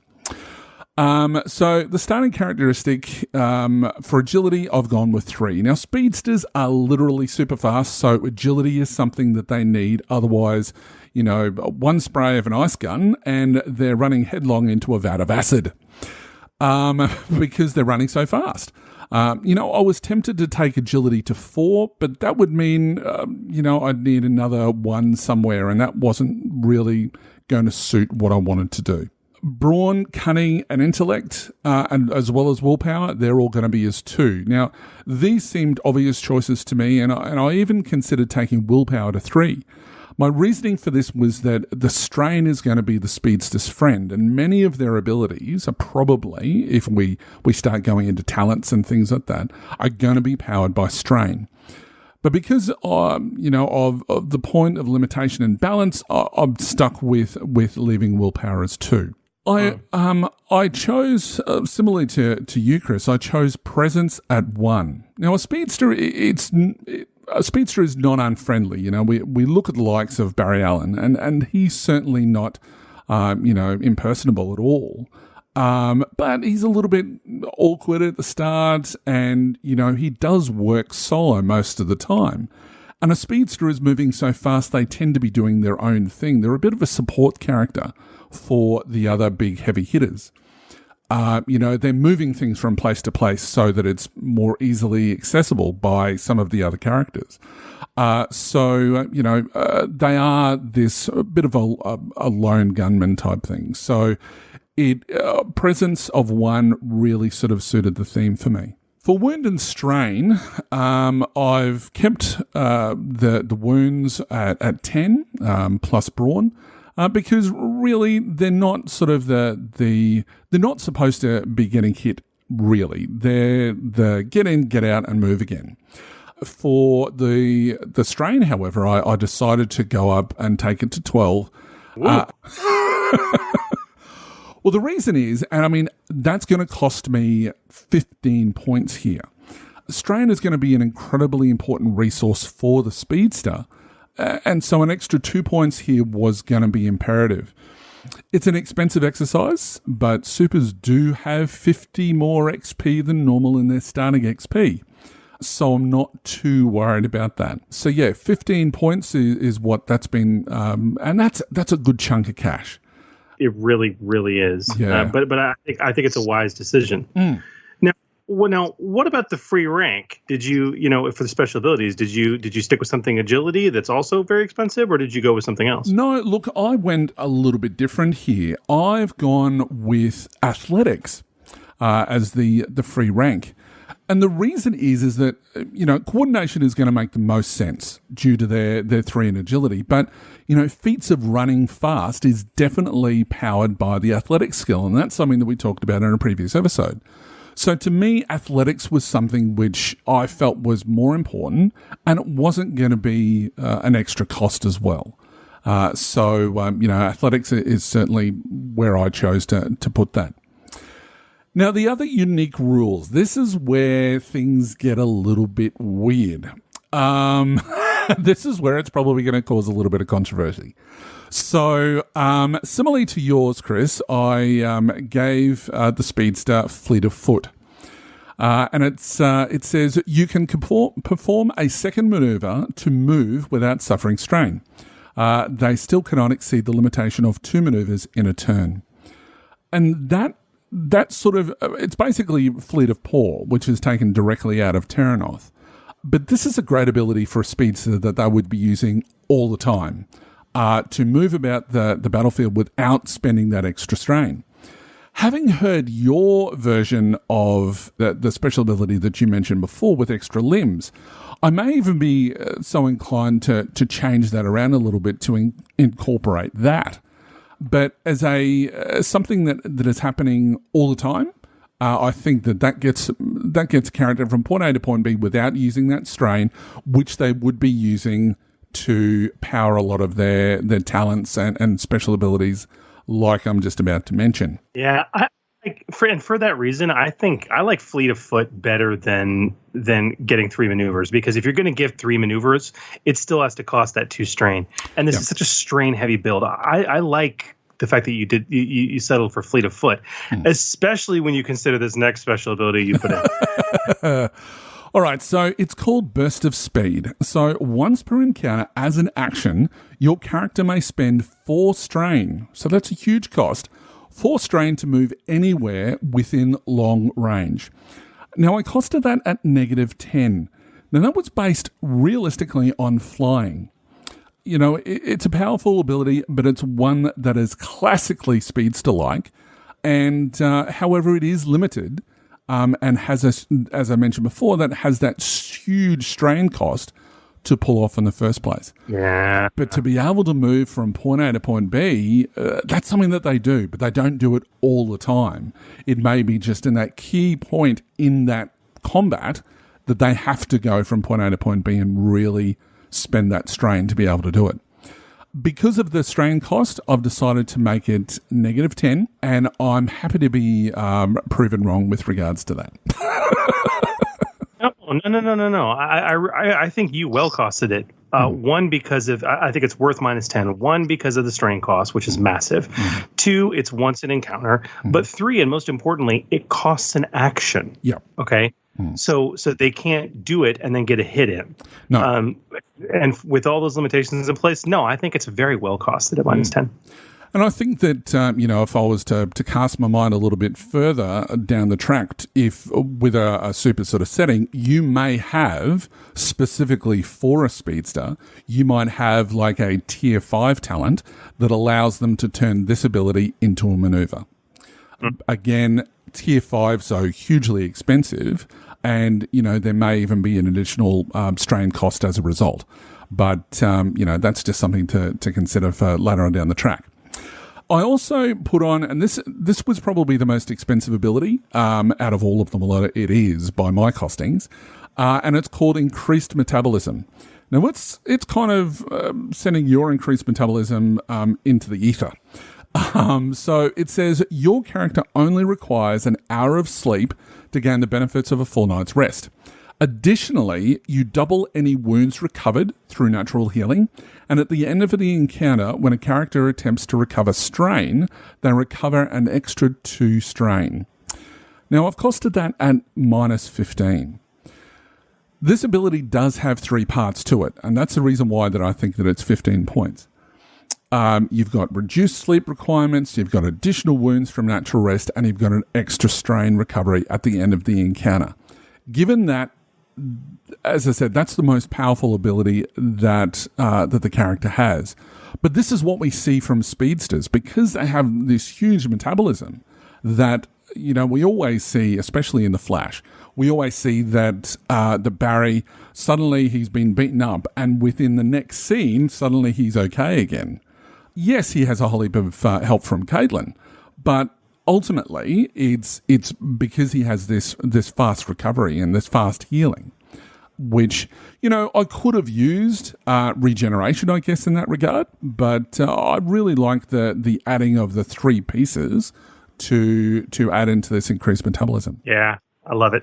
And then the last one, and this is something that some GMs may find a little bit difficult to get their head around, because it is a little bit more of a narrative sort of ability here. But this is a negative ability, and it's called Need for Sustenance. And it says your character requires additional sustenance to maintain your abilities. If your character does not consume the equivalent of 10 times the normal amount of food required by an average human, you must increase the difficulty of all skill checks twice and lose access to Fleet of Foot, Burst of Speed, and Increased Metabolism. I've only given this a +10 because I think that a lot of the time it's just going to be assumed that you're feeding yourself. But, this is going to be the downside to all of this speed in the first place. And as I said, it's more narrative, and it's highly dependent on how you're handling wealth in your campaign. Now, wealth is something that you see quite often in superhero settings. So I think that if you've got a mechanic like that in the background, and it would probably take the place of, obligation if you're talking Star Wars, heroic abilities potentially when you're talking Terranoth, or with Shadow the Beanstalk when you're talking about favors, you would have a wealth system. So you can have this Tony Starks of the world. But as a result, I've made that a simple +10. Now, if my maths are correct, the starting XP for this type of character would be 110 XP. And that's going to be inclusive of the 50 points that you automatically get when you're a superhero in the superhero tones. Yeah. And that's it. Yeah, and your math checks out on that for me too. Yeah. I love the need for sustenance. I mean, and there's it for people who are Flash fans, whether you read various source material, but like even in the show, Barry makes a comment at one point about how many calories he has to consume in a day. And there's actually differing source material on this. Sometimes he it's been said he has to consume 12,000 calories a day, but honestly, I've seen other things where it's like he needs to consume 20 to 40,000 calories a day. Wow. Depending on how active he is. And that's a massive amount of food. And I think in the series they've developed a formula for a food which obviously it's super science, so it just gives them all of that without having to chew down 20 Big Macs in a single sitting.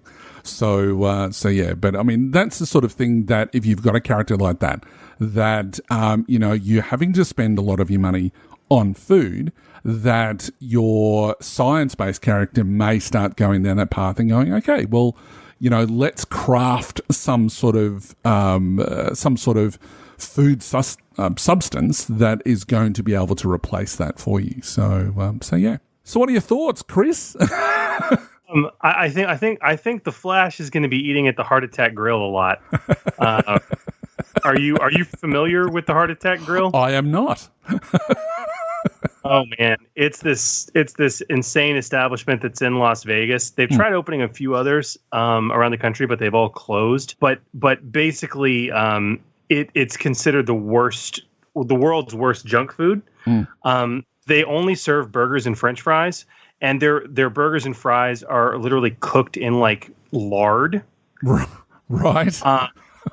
But you can get like a one patty, 2 patty, 3 patty, or 4 patty burger. The 4 patty burger, which is called the quadruple bypass. Right, sounds appropriate.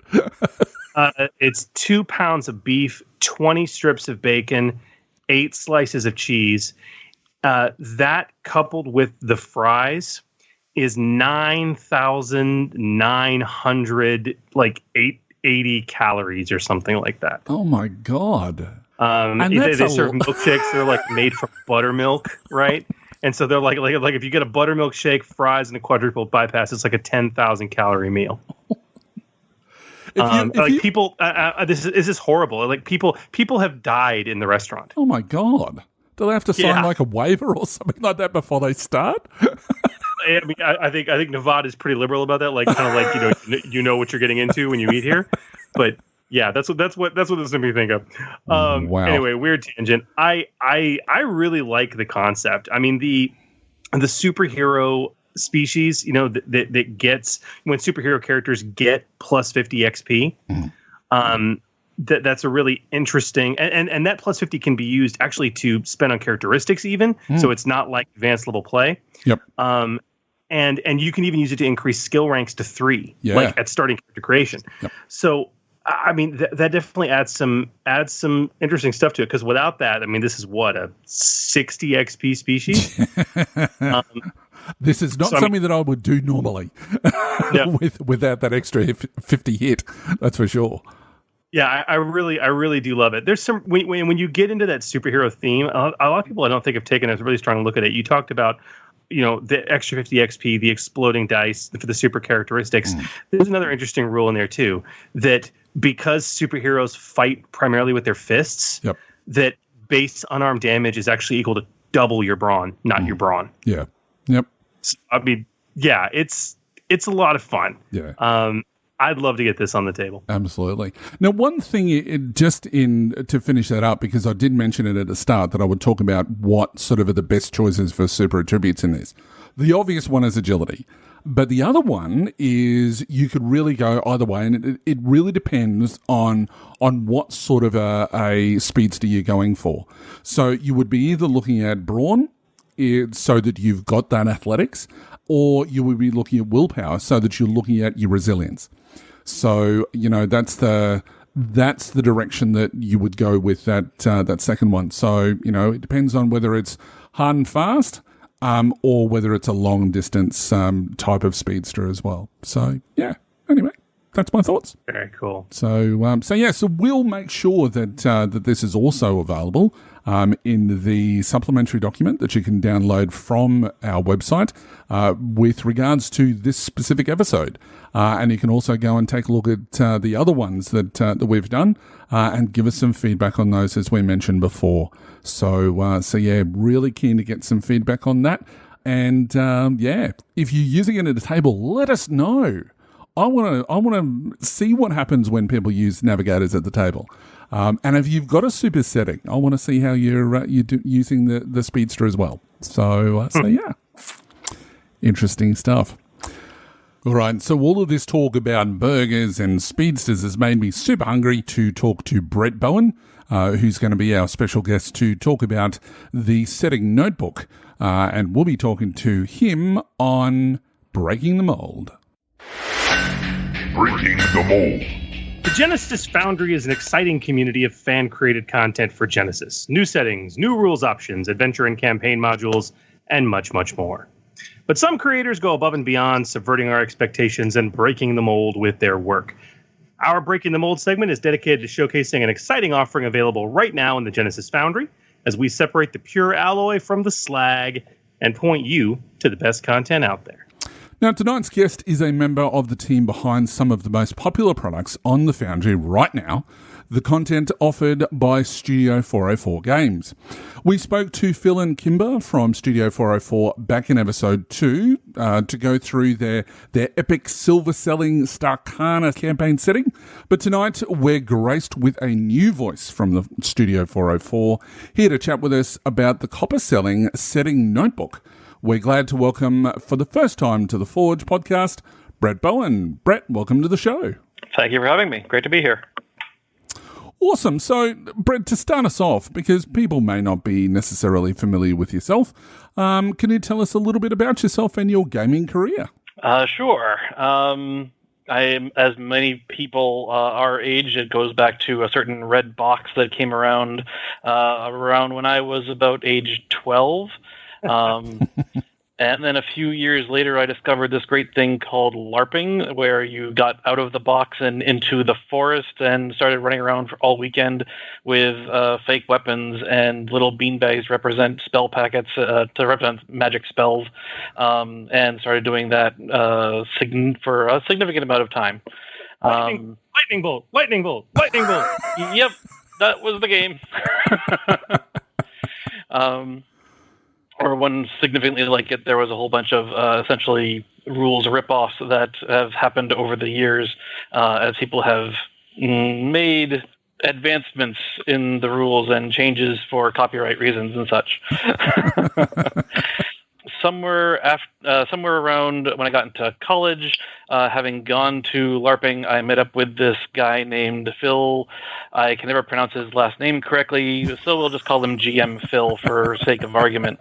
And we actually became roommates for a while. We started gaming pretty much as soon as we started meeting, and gathered a group of like-minded individuals to do some table gaming throughout our college career. A couple of years after that, we still wanted to get together, and a certain D20 Star Wars game came out. And due to a particular player that didn't want me at the table, I was given the insult of being a non-role-playing power gamer. Oh. However, I took this insult, completely turned it on its head, and formed the Power Gamers Union Local 404. Or Massachusetts Local 404. Mm-hmm. And I gathered another group of like-minded individuals who began looking at rule systems significantly, finding loopholes and problems, and then advising GMs or designers how to fix these things. No, you really don't want to do these things. These are a bad combination that will be horribly broken. And we actually got fairly popular among our greater circle of friends, and started doing a significant amount of review work as people were creating new rules for either table games and more specifically for LARPs in the area. My personal achievement there was at one point there were 3 different Accelerant LARPs coming out in 1 year, and all 3 of them had been gone over by me before they went live. Wow. Back when FFG Star Wars was coming out, it still is, let's be honest. But but we're not on a Star Wars podcast, so we got to playtest some of the Star Wars stuff for FFG, including Friends Like These, done mostly by Keith Capel, I believe. And then we got to playtest the Genesys core rulebook, which led to me putting together the Earth Dawn Genesys hack that has been going around for some time. Enough to donate a bound copy of that as an auction prize at Gamer Nation Con last year. That's right. Glorious. Which was, I actually did a recording of that, and when Donovan Morningfire suddenly leapt the vote up to, 400, you can very faintly hear me saying, "What the hell just happened?"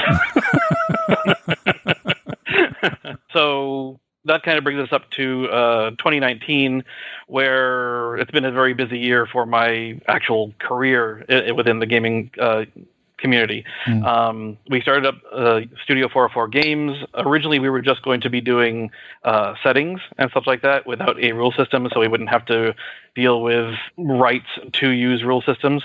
But then we got invited into the Foundry launch, so that cleared up. Well, we get to use the rule system we want to use anyway, so that's just great. I also, thanks to some agreements, shall we say, with Darren West, I joined the Adventure Writing Academy, and also around the same time, this is all like Q1 of 2019, all these things happened at once. I also got brought in by FASA Games to help do some development for the Mystic Paths expansion book that they put out over the summer. So 2019 has been extremely busy. No kidding. Well, okay, so with that kind of storied career, and you talk about the system that you wanted to build Starcana for anyway. Right. You talk about this system. I mean, obviously we love it, and obviously you're a fan as well. So we ask this of all of our guests. We got to know, man, what is your first love of Genesys? And what we mean is, what style of game or game setting or theme do you like to get on the table most when you play Genesys? Well, first and foremost, since I'm primarily a rules-minded kind of guy, I completely love the narrative dice system. The 3 axes of resolution just is so good, and it's so hard for me to go back to a simple pass-fail mechanic now. Just the creativity that brings to the table and the total unpredictability of any single die roll. Plus, there's the fact of everyone in the table can get involved with coming up with the ideas. I know Phil has told the story many times of we did the Creative Crates module, the starter module for Edge of the Empire, where we were doing a job for a hut. All of a sudden, the hut's right-hand man comes out and betrays him with a bunch of goons that are all shooting at us. And one of them has a remote control for the hut's hover sled. And I go, I want to take a shot at the guy with the remote control. Either I can take him out or I can disarm him of the remote control. And we got no problem anymore. So I took my shot. I ended up missing with 3 advantage, a triumph, and a despair.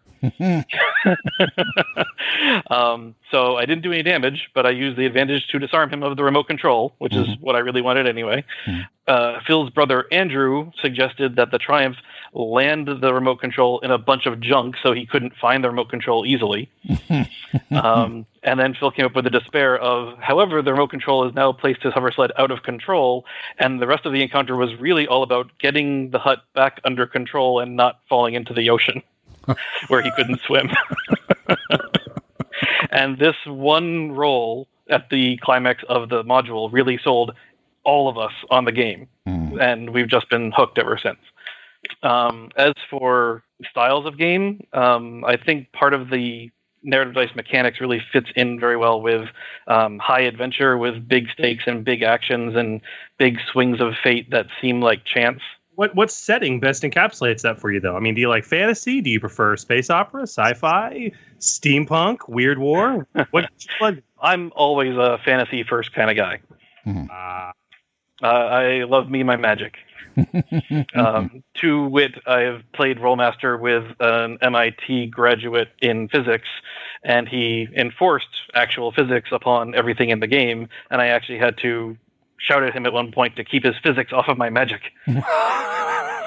That's okay. So considering that, I actually had the pleasure recently of running online for you and a good portion of the Studio 404 crew a one shot from my familiar setting, which takes a very weird look at fantasy and a very restricted view of magic. Yeah. Did that bother you? No, because you kind of turned it into, as opposed to the very free-form magic that is from the core rulebook, you took that and nailed it down into specific powers that we had mastered at that time. That's perfectly fine in my book. It's still using everything, all the tools we got. And over time, I can imagine growing characters to have more and more access, but it might be one spell at a time as opposed to the entirety of magic potential. That was a fun game, though. I had fun with you guys. I still have theories about the actual goings-on, and if you do come up with a part 2 of that module, we might have to talk again. But actually, to a certain degree, so related to the fact of what you were just saying, of you gave us, you locked us in on one particular spell effect per character. Unless they had, I think you gave us some of us a talent to have a second one. Right. That's actually somewhat similar to what I did with Earth Dawn Genesis in order to mimic how the source material worked. Because in regular Earth Dawn, you can just cast spells all day, and there's no drain or really consequence.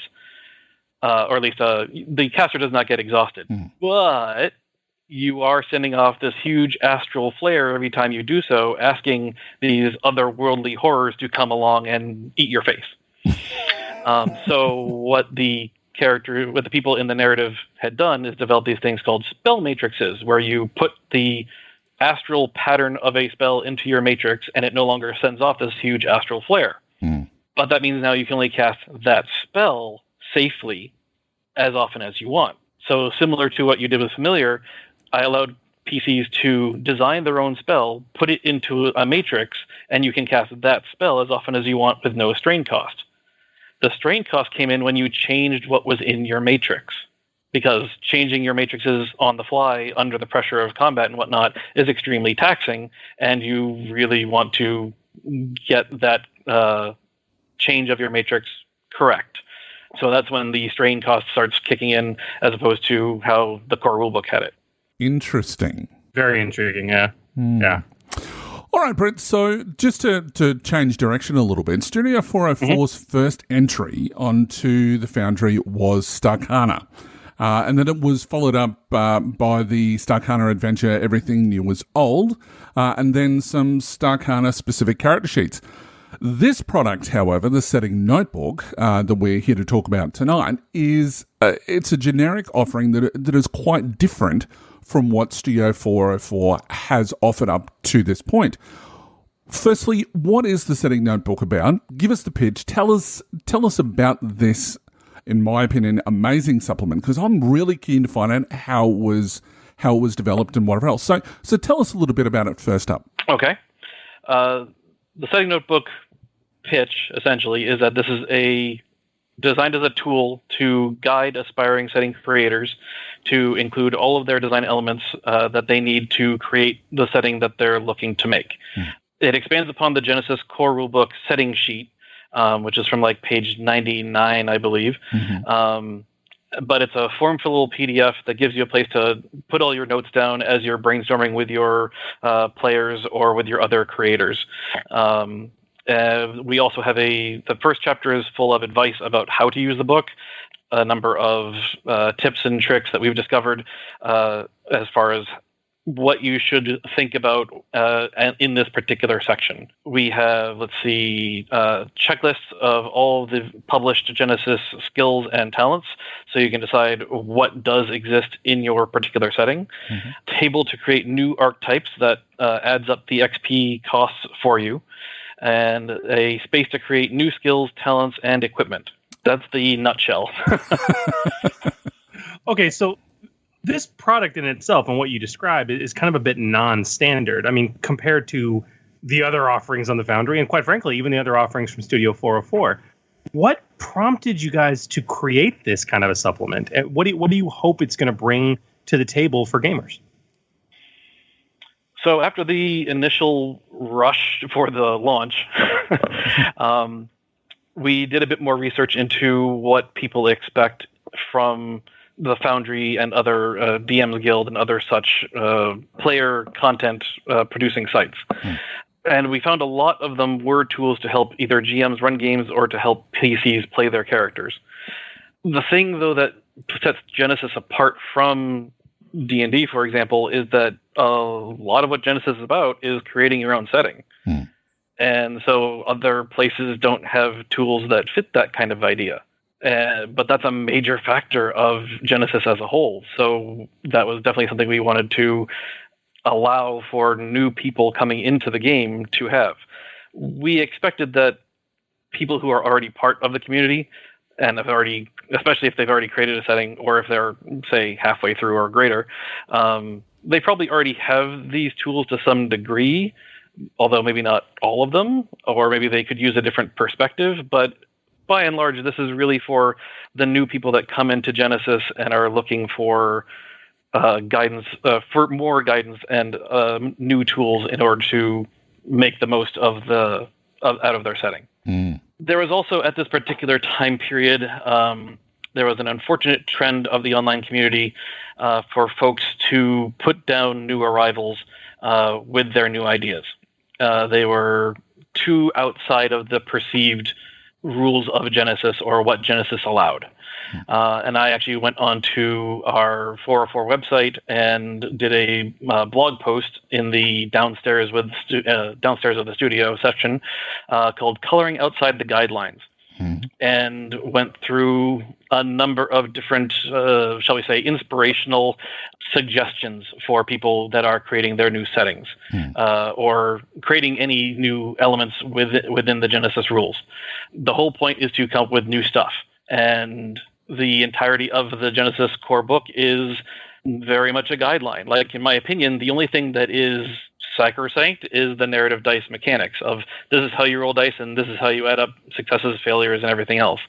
How talents work, how skills work, and whatnot like that. We can find new ways to do pretty much all of it.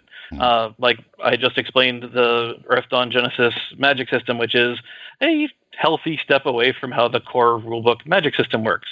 But then again, the core magic rule system is a optional rule in the back of a guideline book.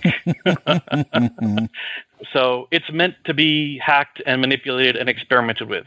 And that was a significant challenge and tone we were really going for with the setting notebook. Is a lot of our advice was just enough advice to inspire the reader, but not so much that we're telling them how to do it.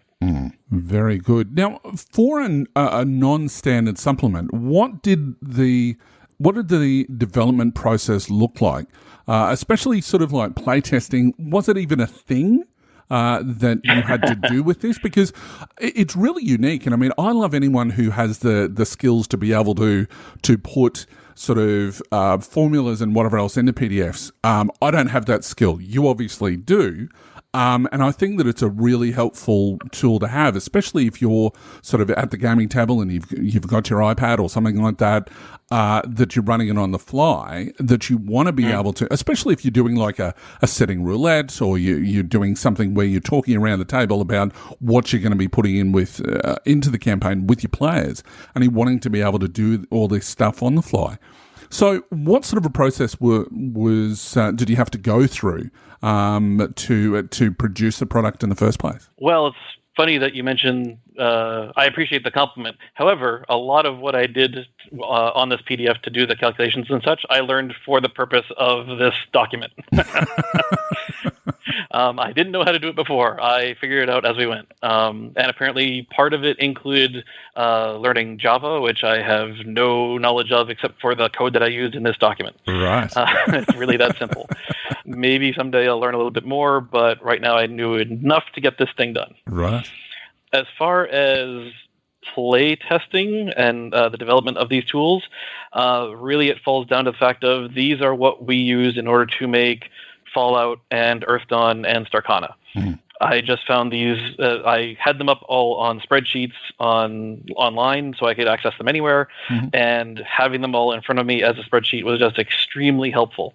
The challenge, of course, was to get a spreadsheet a usable spreadsheet from an actual spreadsheet to a PDF that could be put up onto drive-through. Okay, well, that makes sense. Okay, so then having developed this and having it come from your thought bubble initially, what tips and tricks can you give for gamers who purchase it? I mean, are there any rules of thumb you can provide to using the supplement well, or best practices within it? Absolutely. Okay, first one that is big and important to know. On the credits page, so really page 2 of the PDF, there's a nice big hazard yellow clear all fields button. This will clear the entire document of everything you have on it. Every single field will be wiped clean. Right. So do not push it unless you really, really mean it. The big thing for actually using the document, however, that was one of the big reasons that I created the spreadsheets in the first place, was the skills by career page. This allows you to, at a glance, look at which skills not only are in your setting, but also which ones are being represented by careers that you also have created. And then you can start seeing where you have too many skills are represented by, or one skill is represented by too many careers, or there are too many skills that aren't represented at all. And that's fine so long as that's an intentional choice. If it is an accident, then maybe you need to reconsider the fact of, does the skill need to still be in the setting, or do I need to create one more career that actually has that skill, or could one of these other careers actually have that skill, that sort of thing. And if you have one skill overrepresented, especially if it's, say, melee or ranged, should that skill then be split up into the two skills that we're used to with heavy and light? Or if it's a different skill, say, like, who knows, survival, or, I don't know, brawl, because Ready Fight is pretty popular too. You can find these patterns that you may have made either intentionally or accidentally, and make a conscious decision about how you want to proceed and properly build your setting. Very cool. Now, one of the questions that I did have when, just from the creation side of things, because obviously we're here to, try to teach people, I guess, on what to put into their products. How did you find that information? I mean, what was the process? I know that you said that you taught yourself, but could you go into very briefly where you went to find that information? Mostly it was online research. Some of it was simply poking around at Adobe Acrobat for a while. The other big thing that I did discover while creating this was that in InDesign, and of course we're all using InDesign because that's the template that we were given, in InDesign you can actually start off your process with interactive elements. You can start setting up text boxes and check boxes and various other things. Not everything, unfortunately, but at the very least you can set up a box in your InDesign so that every time you export it to a PDF, you already have that box there, as opposed to having to then start all over every time you export the PDF and create all the text boxes and all the other interactive elements every single time you go into Acrobat. So it's a big time saver if you work in InDesign in that regard. Yeah, absolutely. All right, so we've talked a lot about the development of the product and where the idea has stemmed from. So can you give us a bit of a glimpse into something exciting or unique in the setting notebook to whet our appetite, as it were? And this one is actually fairly appropriate, being that one of your best segments is the archetype creation. I really like listening to you guys hash that out. So one of the quotes we have in our advice section is, "It is important to keep archetypes very close to the same effective XP total. We found that variations of less than 10 XP works well. Follow the XP guide in the rulebook, especially if you plan on sharing your work with the online community.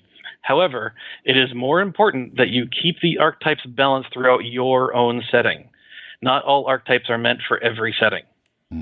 This is why in the archetype builder page, it's only totaling up the XP that you've spent on all the various elements that you've worked out. It's not actually going, okay, so because you have a brawl of 3, that's 30 XP. It's not doing that math for you. It also has no way of knowing that you have however many free skill ranks on this particular archetype, and therefore that's worth however much XP. It doesn't know any of that. And it doesn't know it doesn't care how much starting XP you originally started with and worked your way down or up or whatever. It's all up to you to figure out how that all is. And I've noticed that through various conversations with the community and also listening to your guys' show, a lot of people have a lot of different ways of doing it. And that's okay. Like, I had never heard until I listened to you guys talk about Shadow of the Beanstalk, about counting the favor that Shadows of the Beanstalk characters start off with as a reason to have, I think it was 10 more XP. Yep. I had never considered that. And that was another reminder of everyone has a different way of doing it or different things that they're thinking about. Absolutely. So, yeah, in my opinion, it's not as important how you do it. It's more important that what you create across your setting are all balanced against each other. Because we also see some of that in the expanded player's guide. That some of the archetypes are definitely not for other settings because they're way more than the average 100. So they're especially when you start looking at like I can't remember the name of the section when you're talking about the mythic sort of Greek mythology and stuff like that as well. So yeah, the mythic settings with the demigods and sorcerers and such. Yeah, absolutely, and they're completely off the scale. But there is a reason because that's the sort of story that you're telling. The same sort of thing would.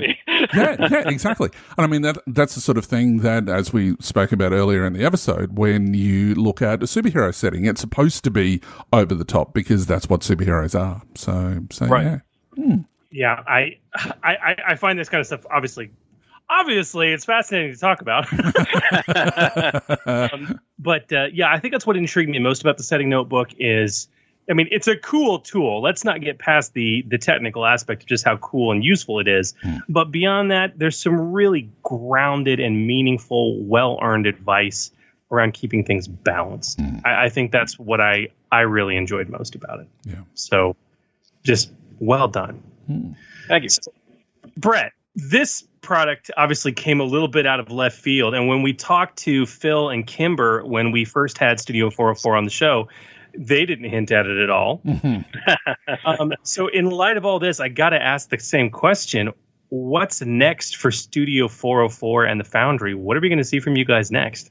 Well, the very next thing is, by the time this is reaching people's ears, I'll have uploaded an update to the setting notebook that includes all the material from the expanded player's guide. So there'll be more talents on the checklist to include. And I'm also making a form-fillable specialization tree to put in the back of it as well. And then I also, because the expanded player's guide developed more of their setting building as well. I included some of its suggestions of notes to take on building a planet. Ooh, Nice. that's cool. One thing that I'll note that is different for the specialization tree, to continue the theme of the book, it is extremely manipulatable, as opposed to most trees that has the first row at the top to be all 5 XP. I've actually left those blank, so if you happen to have one, if you want to build it more like the Star Wars Force trees, you can totally make the first box at the top worth 10, 20, whatever XP, and then work your way down in whatever pattern you can create on it at whatever cost. So I'm not just limiting it to 5, 10, 15, 20, that sort of thing. Awesome. We are nearing completion of a Starkana Magical expansion book. This is going to have details about how magic has affected the Elmakar Galaxy, and updating the rules to include the expanded player's guide material, along with other new talents of our creation, some example spells, and my personal favorite, some magical locations throughout the galaxy. Very cool, because you can never have enough location books, that's for sure. Especially ones with strange and mystical effects upon those who enter them. Oh, indeed. We are also in playtesting for a second Starkana module. And when that gets through some playtesting, you might see it on the shelves pretty soon. Starting in 2020, we plan to get going on a new setting that is going to be a futuristic heist theme setting. Right. And this particular setting is what we have so far teased as something new that we are looking forward to running at Gamer Nation Con 007. And possibly not just for the RVG games that are purchased with our name on it. Ooh. Well, it certainly sounds like that there's a lot from Studio 404 to look forward to. So yeah, that's absolutely excellent. Brett, thank you very much for coming on the show. It's, I know like everybody who's involved in the industry and is trying to get work done, your time is precious. So thank you very much for taking the time to come on the show and talk about the setting notebook. It's been an absolute pleasure. Same here. I've been loving the show since you guys started it, and I'm so happy that I got to be on it one time. Well, hopefully not just one time. All right, Brett, it's been a real pleasure. Thank you. Thank you. And we have the power, gamers. That's a really good segue. Yeah. That's a really good segue because, Hooli, I believe some of our listeners have the power to ask us some questions, do they not? They certainly do, and we're going to answer them in Under the Hammer. Under the Hammer. Welcome to Under the Hammer, the segment where we will answer your games and rules questions about the Genesys RPG as it impacts both rules, content creation, and play. Just a couple of questions this week. So, Hooli, would you like to read us our first question? Absolutely. So this one came from David Kaufman via email, and he asks, "Greeting, fellow Smiths. Greetings. Hello. Greetings. I am in the process of designing a fantasy setting to introduce several co-workers to the realm of Genesys. I want the setting filled with magic, but not with mages and priests slinging spells willy-nilly. To that end, I'm considering having a single talent for each magic skill modelled after the Templar talent from Terranoth. Do you more experienced Smiths foresee any issues with this, provided the players, who are from D&D backgrounds if they've played RPGs at all, are informed during Session 0 that the most powerful spellcasters are akin to paladins? Thanks in advance, and I never listen. Oh, wait, wrong podcast." That seems to be a common ending. Man, this is a really intriguing question. If they come from a D&D background, I think they're going to be frustrated by the fact that they can't access magic to as strong a degree, at least from my experience with players. But again, if that's a core conceit of your setting, where there is no, we would call that low magic, right? Mm-hmm. Where you want to enforce that low magic concept where it really doesn't get more powerful than, D&D paladins, basically. Mm-hmm. If I was asked to design that, David, I would probably take the tact that you are taking now with designing a talent like that for each kind of type of magic. Having said that, though, I would supplement it with some additional talents. I have some similar ones that are actually tier 5 in my familiar setting, but I wouldn't recommend making it tier 5. That maybe a tier 3 talent that would allow them to unlock full magical capability, because you want to give your players an out if they want to go a bit heavier than that. And at that point, even if it's not common in the setting, who cares? They're big damn heroes. That's the point. They get to be the exceptions. But if you're going to show them the glory of magic, be prepared, like many players who are fans of the magic system in this game are, that they're going to become a little addicted to it and want to do it more. So be prepared for that. Yeah. Look, the other thing that I think that is important to take a look at when you're looking at that sort of a talent is that can you take multiple versions of the talent so that you can use different types of skills? I guess you can do that with your normal Terranoth. I don't think that there would be a major problem with it. But the thing which really sticks out for me with regards to this is that a spell costs 2 strain. And when the reason why that is so that you can try to limit the amount of spells that they're actually casting. So what that means is that if you only can do it once per encounter, people are going to be more inclined to either not cast it at all, or they're going to try to do it as a last-ditch effort, which is going to mean that they're going to be probably disappointed half the time because they're only going to be casting it once, but it's going to have this huge difficulty and they're never going to get the spell off in the first place. So what's going to happen is you're going to have people who've spent XP to get these talents, but then they can't end up using them because they're only being able to use them once. If they can use it openly, what's happening is that they get to play, they get to experiment. Oh, what happens if I do it with a 3 difficulty? Oh, these are the ramifications. But what happens if I just do it as a 1 difficulty? Oh, good, I can handle that. So if I then spend some XP on my skill, that means that I'm going to be able to do 2.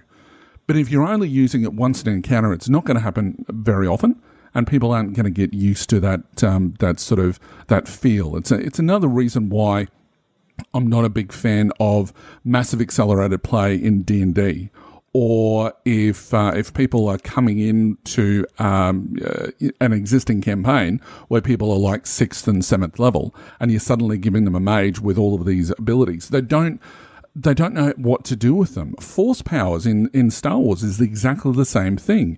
You want people to be able to get used to them and be able to play with them so that when it does come to the big important part, that they've got the skills to be able to go, okay, I know how to use this properly. So anyway, that's my thoughts on that. No, I really do agree with your suggestions. And you bring up a good point that I think undercuts all of this. And that is, look, David, you need to ask yourself why you're making this decision.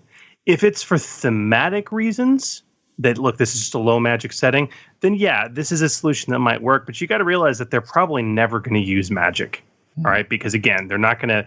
It's not worthwhile it's not worthwhile to make the dice pool meaningful, where you can actually pull something off, because they can only do it once an encounter. Okay. Now, if it has nothing to do with thematics, if you're making a thematic decision for your setting based on a fear of the overwhelming nature of magic for new players that you're introducing to this system, then my number one recommendation in that case would be don't limit it. In my experience, having introduced a lot of new players with magic specifically to this system, start small by using pre-made spell cards or a spell list. The idea of, we talked about this on the show before, Hooli, having 2 or 3 sort of ready-made spells with difficulties defined and maybe 1 or 2 additional effects added that are on a note card or a secondary sheet that's provided to the player. Like, look, here's some ready-made spells for you. Now, as you get more comfortable, we can talk about what else you can do, because you can do a lot more. But here you go. And for new players, especially learning the system, they're not going to get into heavy magic. They're going to cleave to that spell list that you've given them. So consider that as well. Yeah, and I mean, to that end, if you really want to go down the path of looking for certain specific spells, go to the Foundry. The Guide to Magic by the character who I can never pronounce because I'm terrible with names, Zerinthix or something like that. Scott's going to hate me. But the Guide to Magic, A Beginner's Guide to Genesys Magic by Scott Zumwalt, is one of those products that gives a whole heap of spells that you could give to your players to say, and these are the examples that you could use. So they have a defined process, and then once they're used to that, then you can start to explain how those spells got created in the first place. And then they can start to develop their own skills, I guess, in using magic within the setting. So, that's another way, I guess. And also to promote the Foundry, which is something that we love to do. So yeah. Yeah. Very cool. Good question. Next up, we have an email question from Split Light, who asked the following. This is a really good, crunchy mechanical question. I'm curious how people interpret the interaction of the durable and Deadeye talents or other similar crit affecting talents. And by way of explanation, Deadeye is a tier 4 talent that lets you choose within a range which crit you will inflict on your target. Durable reduces crits by 10 per rank. So if somebody with Deadeye hits a target who has 3 ranks of durable, how does that work? Is it subtracted from the number chosen? Do they need to choose a higher crit that then reduces to what they want? I got a fight coming up in a fantasy campaign I'm running where I know this is going to be an issue, so I'm trying to prep a little. Thanks all. Yeah, it's a mechanical question, all right. So he's right in saying that the Deadeye and Durable are basically as he's mentioned. So with Deadeye, as I said, it's a high tier talent that'll let you choose a critical injury within a range when you've rolled for that particular hit. So, for example, if we go to the core rules on page 115, when we're looking at the critical injury result table, if somebody was to roll a 56, which would be an agonizing wound, which the severity, as we talked about earlier when we talked about medicine, the severity for that is an average difficulty. So what that means is with the Deadeye, you could choose anything from 41 down to 90 as far as the results, because that's all in the same range of severity, so with an average difficulty. The same sort of thing would obviously apply to easy, hard, and even daunting. So if there's one way you want to kill a character, make sure that you've rolled either a 126 or higher, and then you can choose where you want to go. The interesting thing with Durable is that for every rank, because it's a rank talent, for every rank of that, you get to -10 to the result of the critical injury result. So the answer to this question is going to be based purely on the process involved of how you adjudicate critical injuries. So what you would do is you make the roll first, and then whatever the roll result is, that's what you apply. So in this case, because of the durable, because of durable, what that means is that when you make the check, that's when you adjust the number to work out what it is that you're going to suffer from. And then when it comes to the Deadeye, you then work out which of that selection you're going to choose. So you do durable first, and then you apply Deadeye. Where this becomes really quite interesting is when we start looking at the Dwarven ability, Tough as Nails. We also see Tough as Nails in the, I think it's the Labourer class, or the Labourer species archetype that we see in the core rules. So once per session, the character may spend a story point as an out-of-turn incidental immediately after suffering a critical injury and determining the results. So this again talks about the process that technically this would be after this would, if I have to get this right, this would be after applying Deadeye. So you know what the critical injury is going to be, and you've determined what the results are, but then you can then reduce that to a 1, which is pretty powerful when you're talking about this one ability that you get right from the start. Yes, you have to use it you can only use it once per session, and it costs a story point, but you immediately make it a 1. So, and it beats effectively a tier 4 talent, which is pretty powerful. So yeah, that kind of answers the question, I hope. And so, I mean, to put that in an example context, right? Right. I mean, I've got a sniper with Deadeye hitting a target with 3 ranks of durable. Right. The sniper crits and rolls a 82.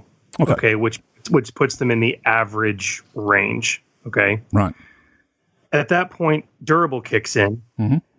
Or wait, that's a poor example. 82. We'll say they roll a 50. Okay, that puts them in the average range. Yep. Then durable kicks in, reduces it by 30, so that bumps it down to a 20, which puts them into the easy range.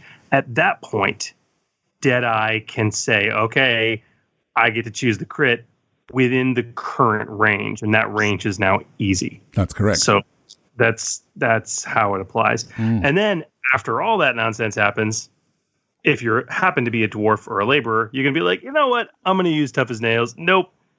It's a minor nick.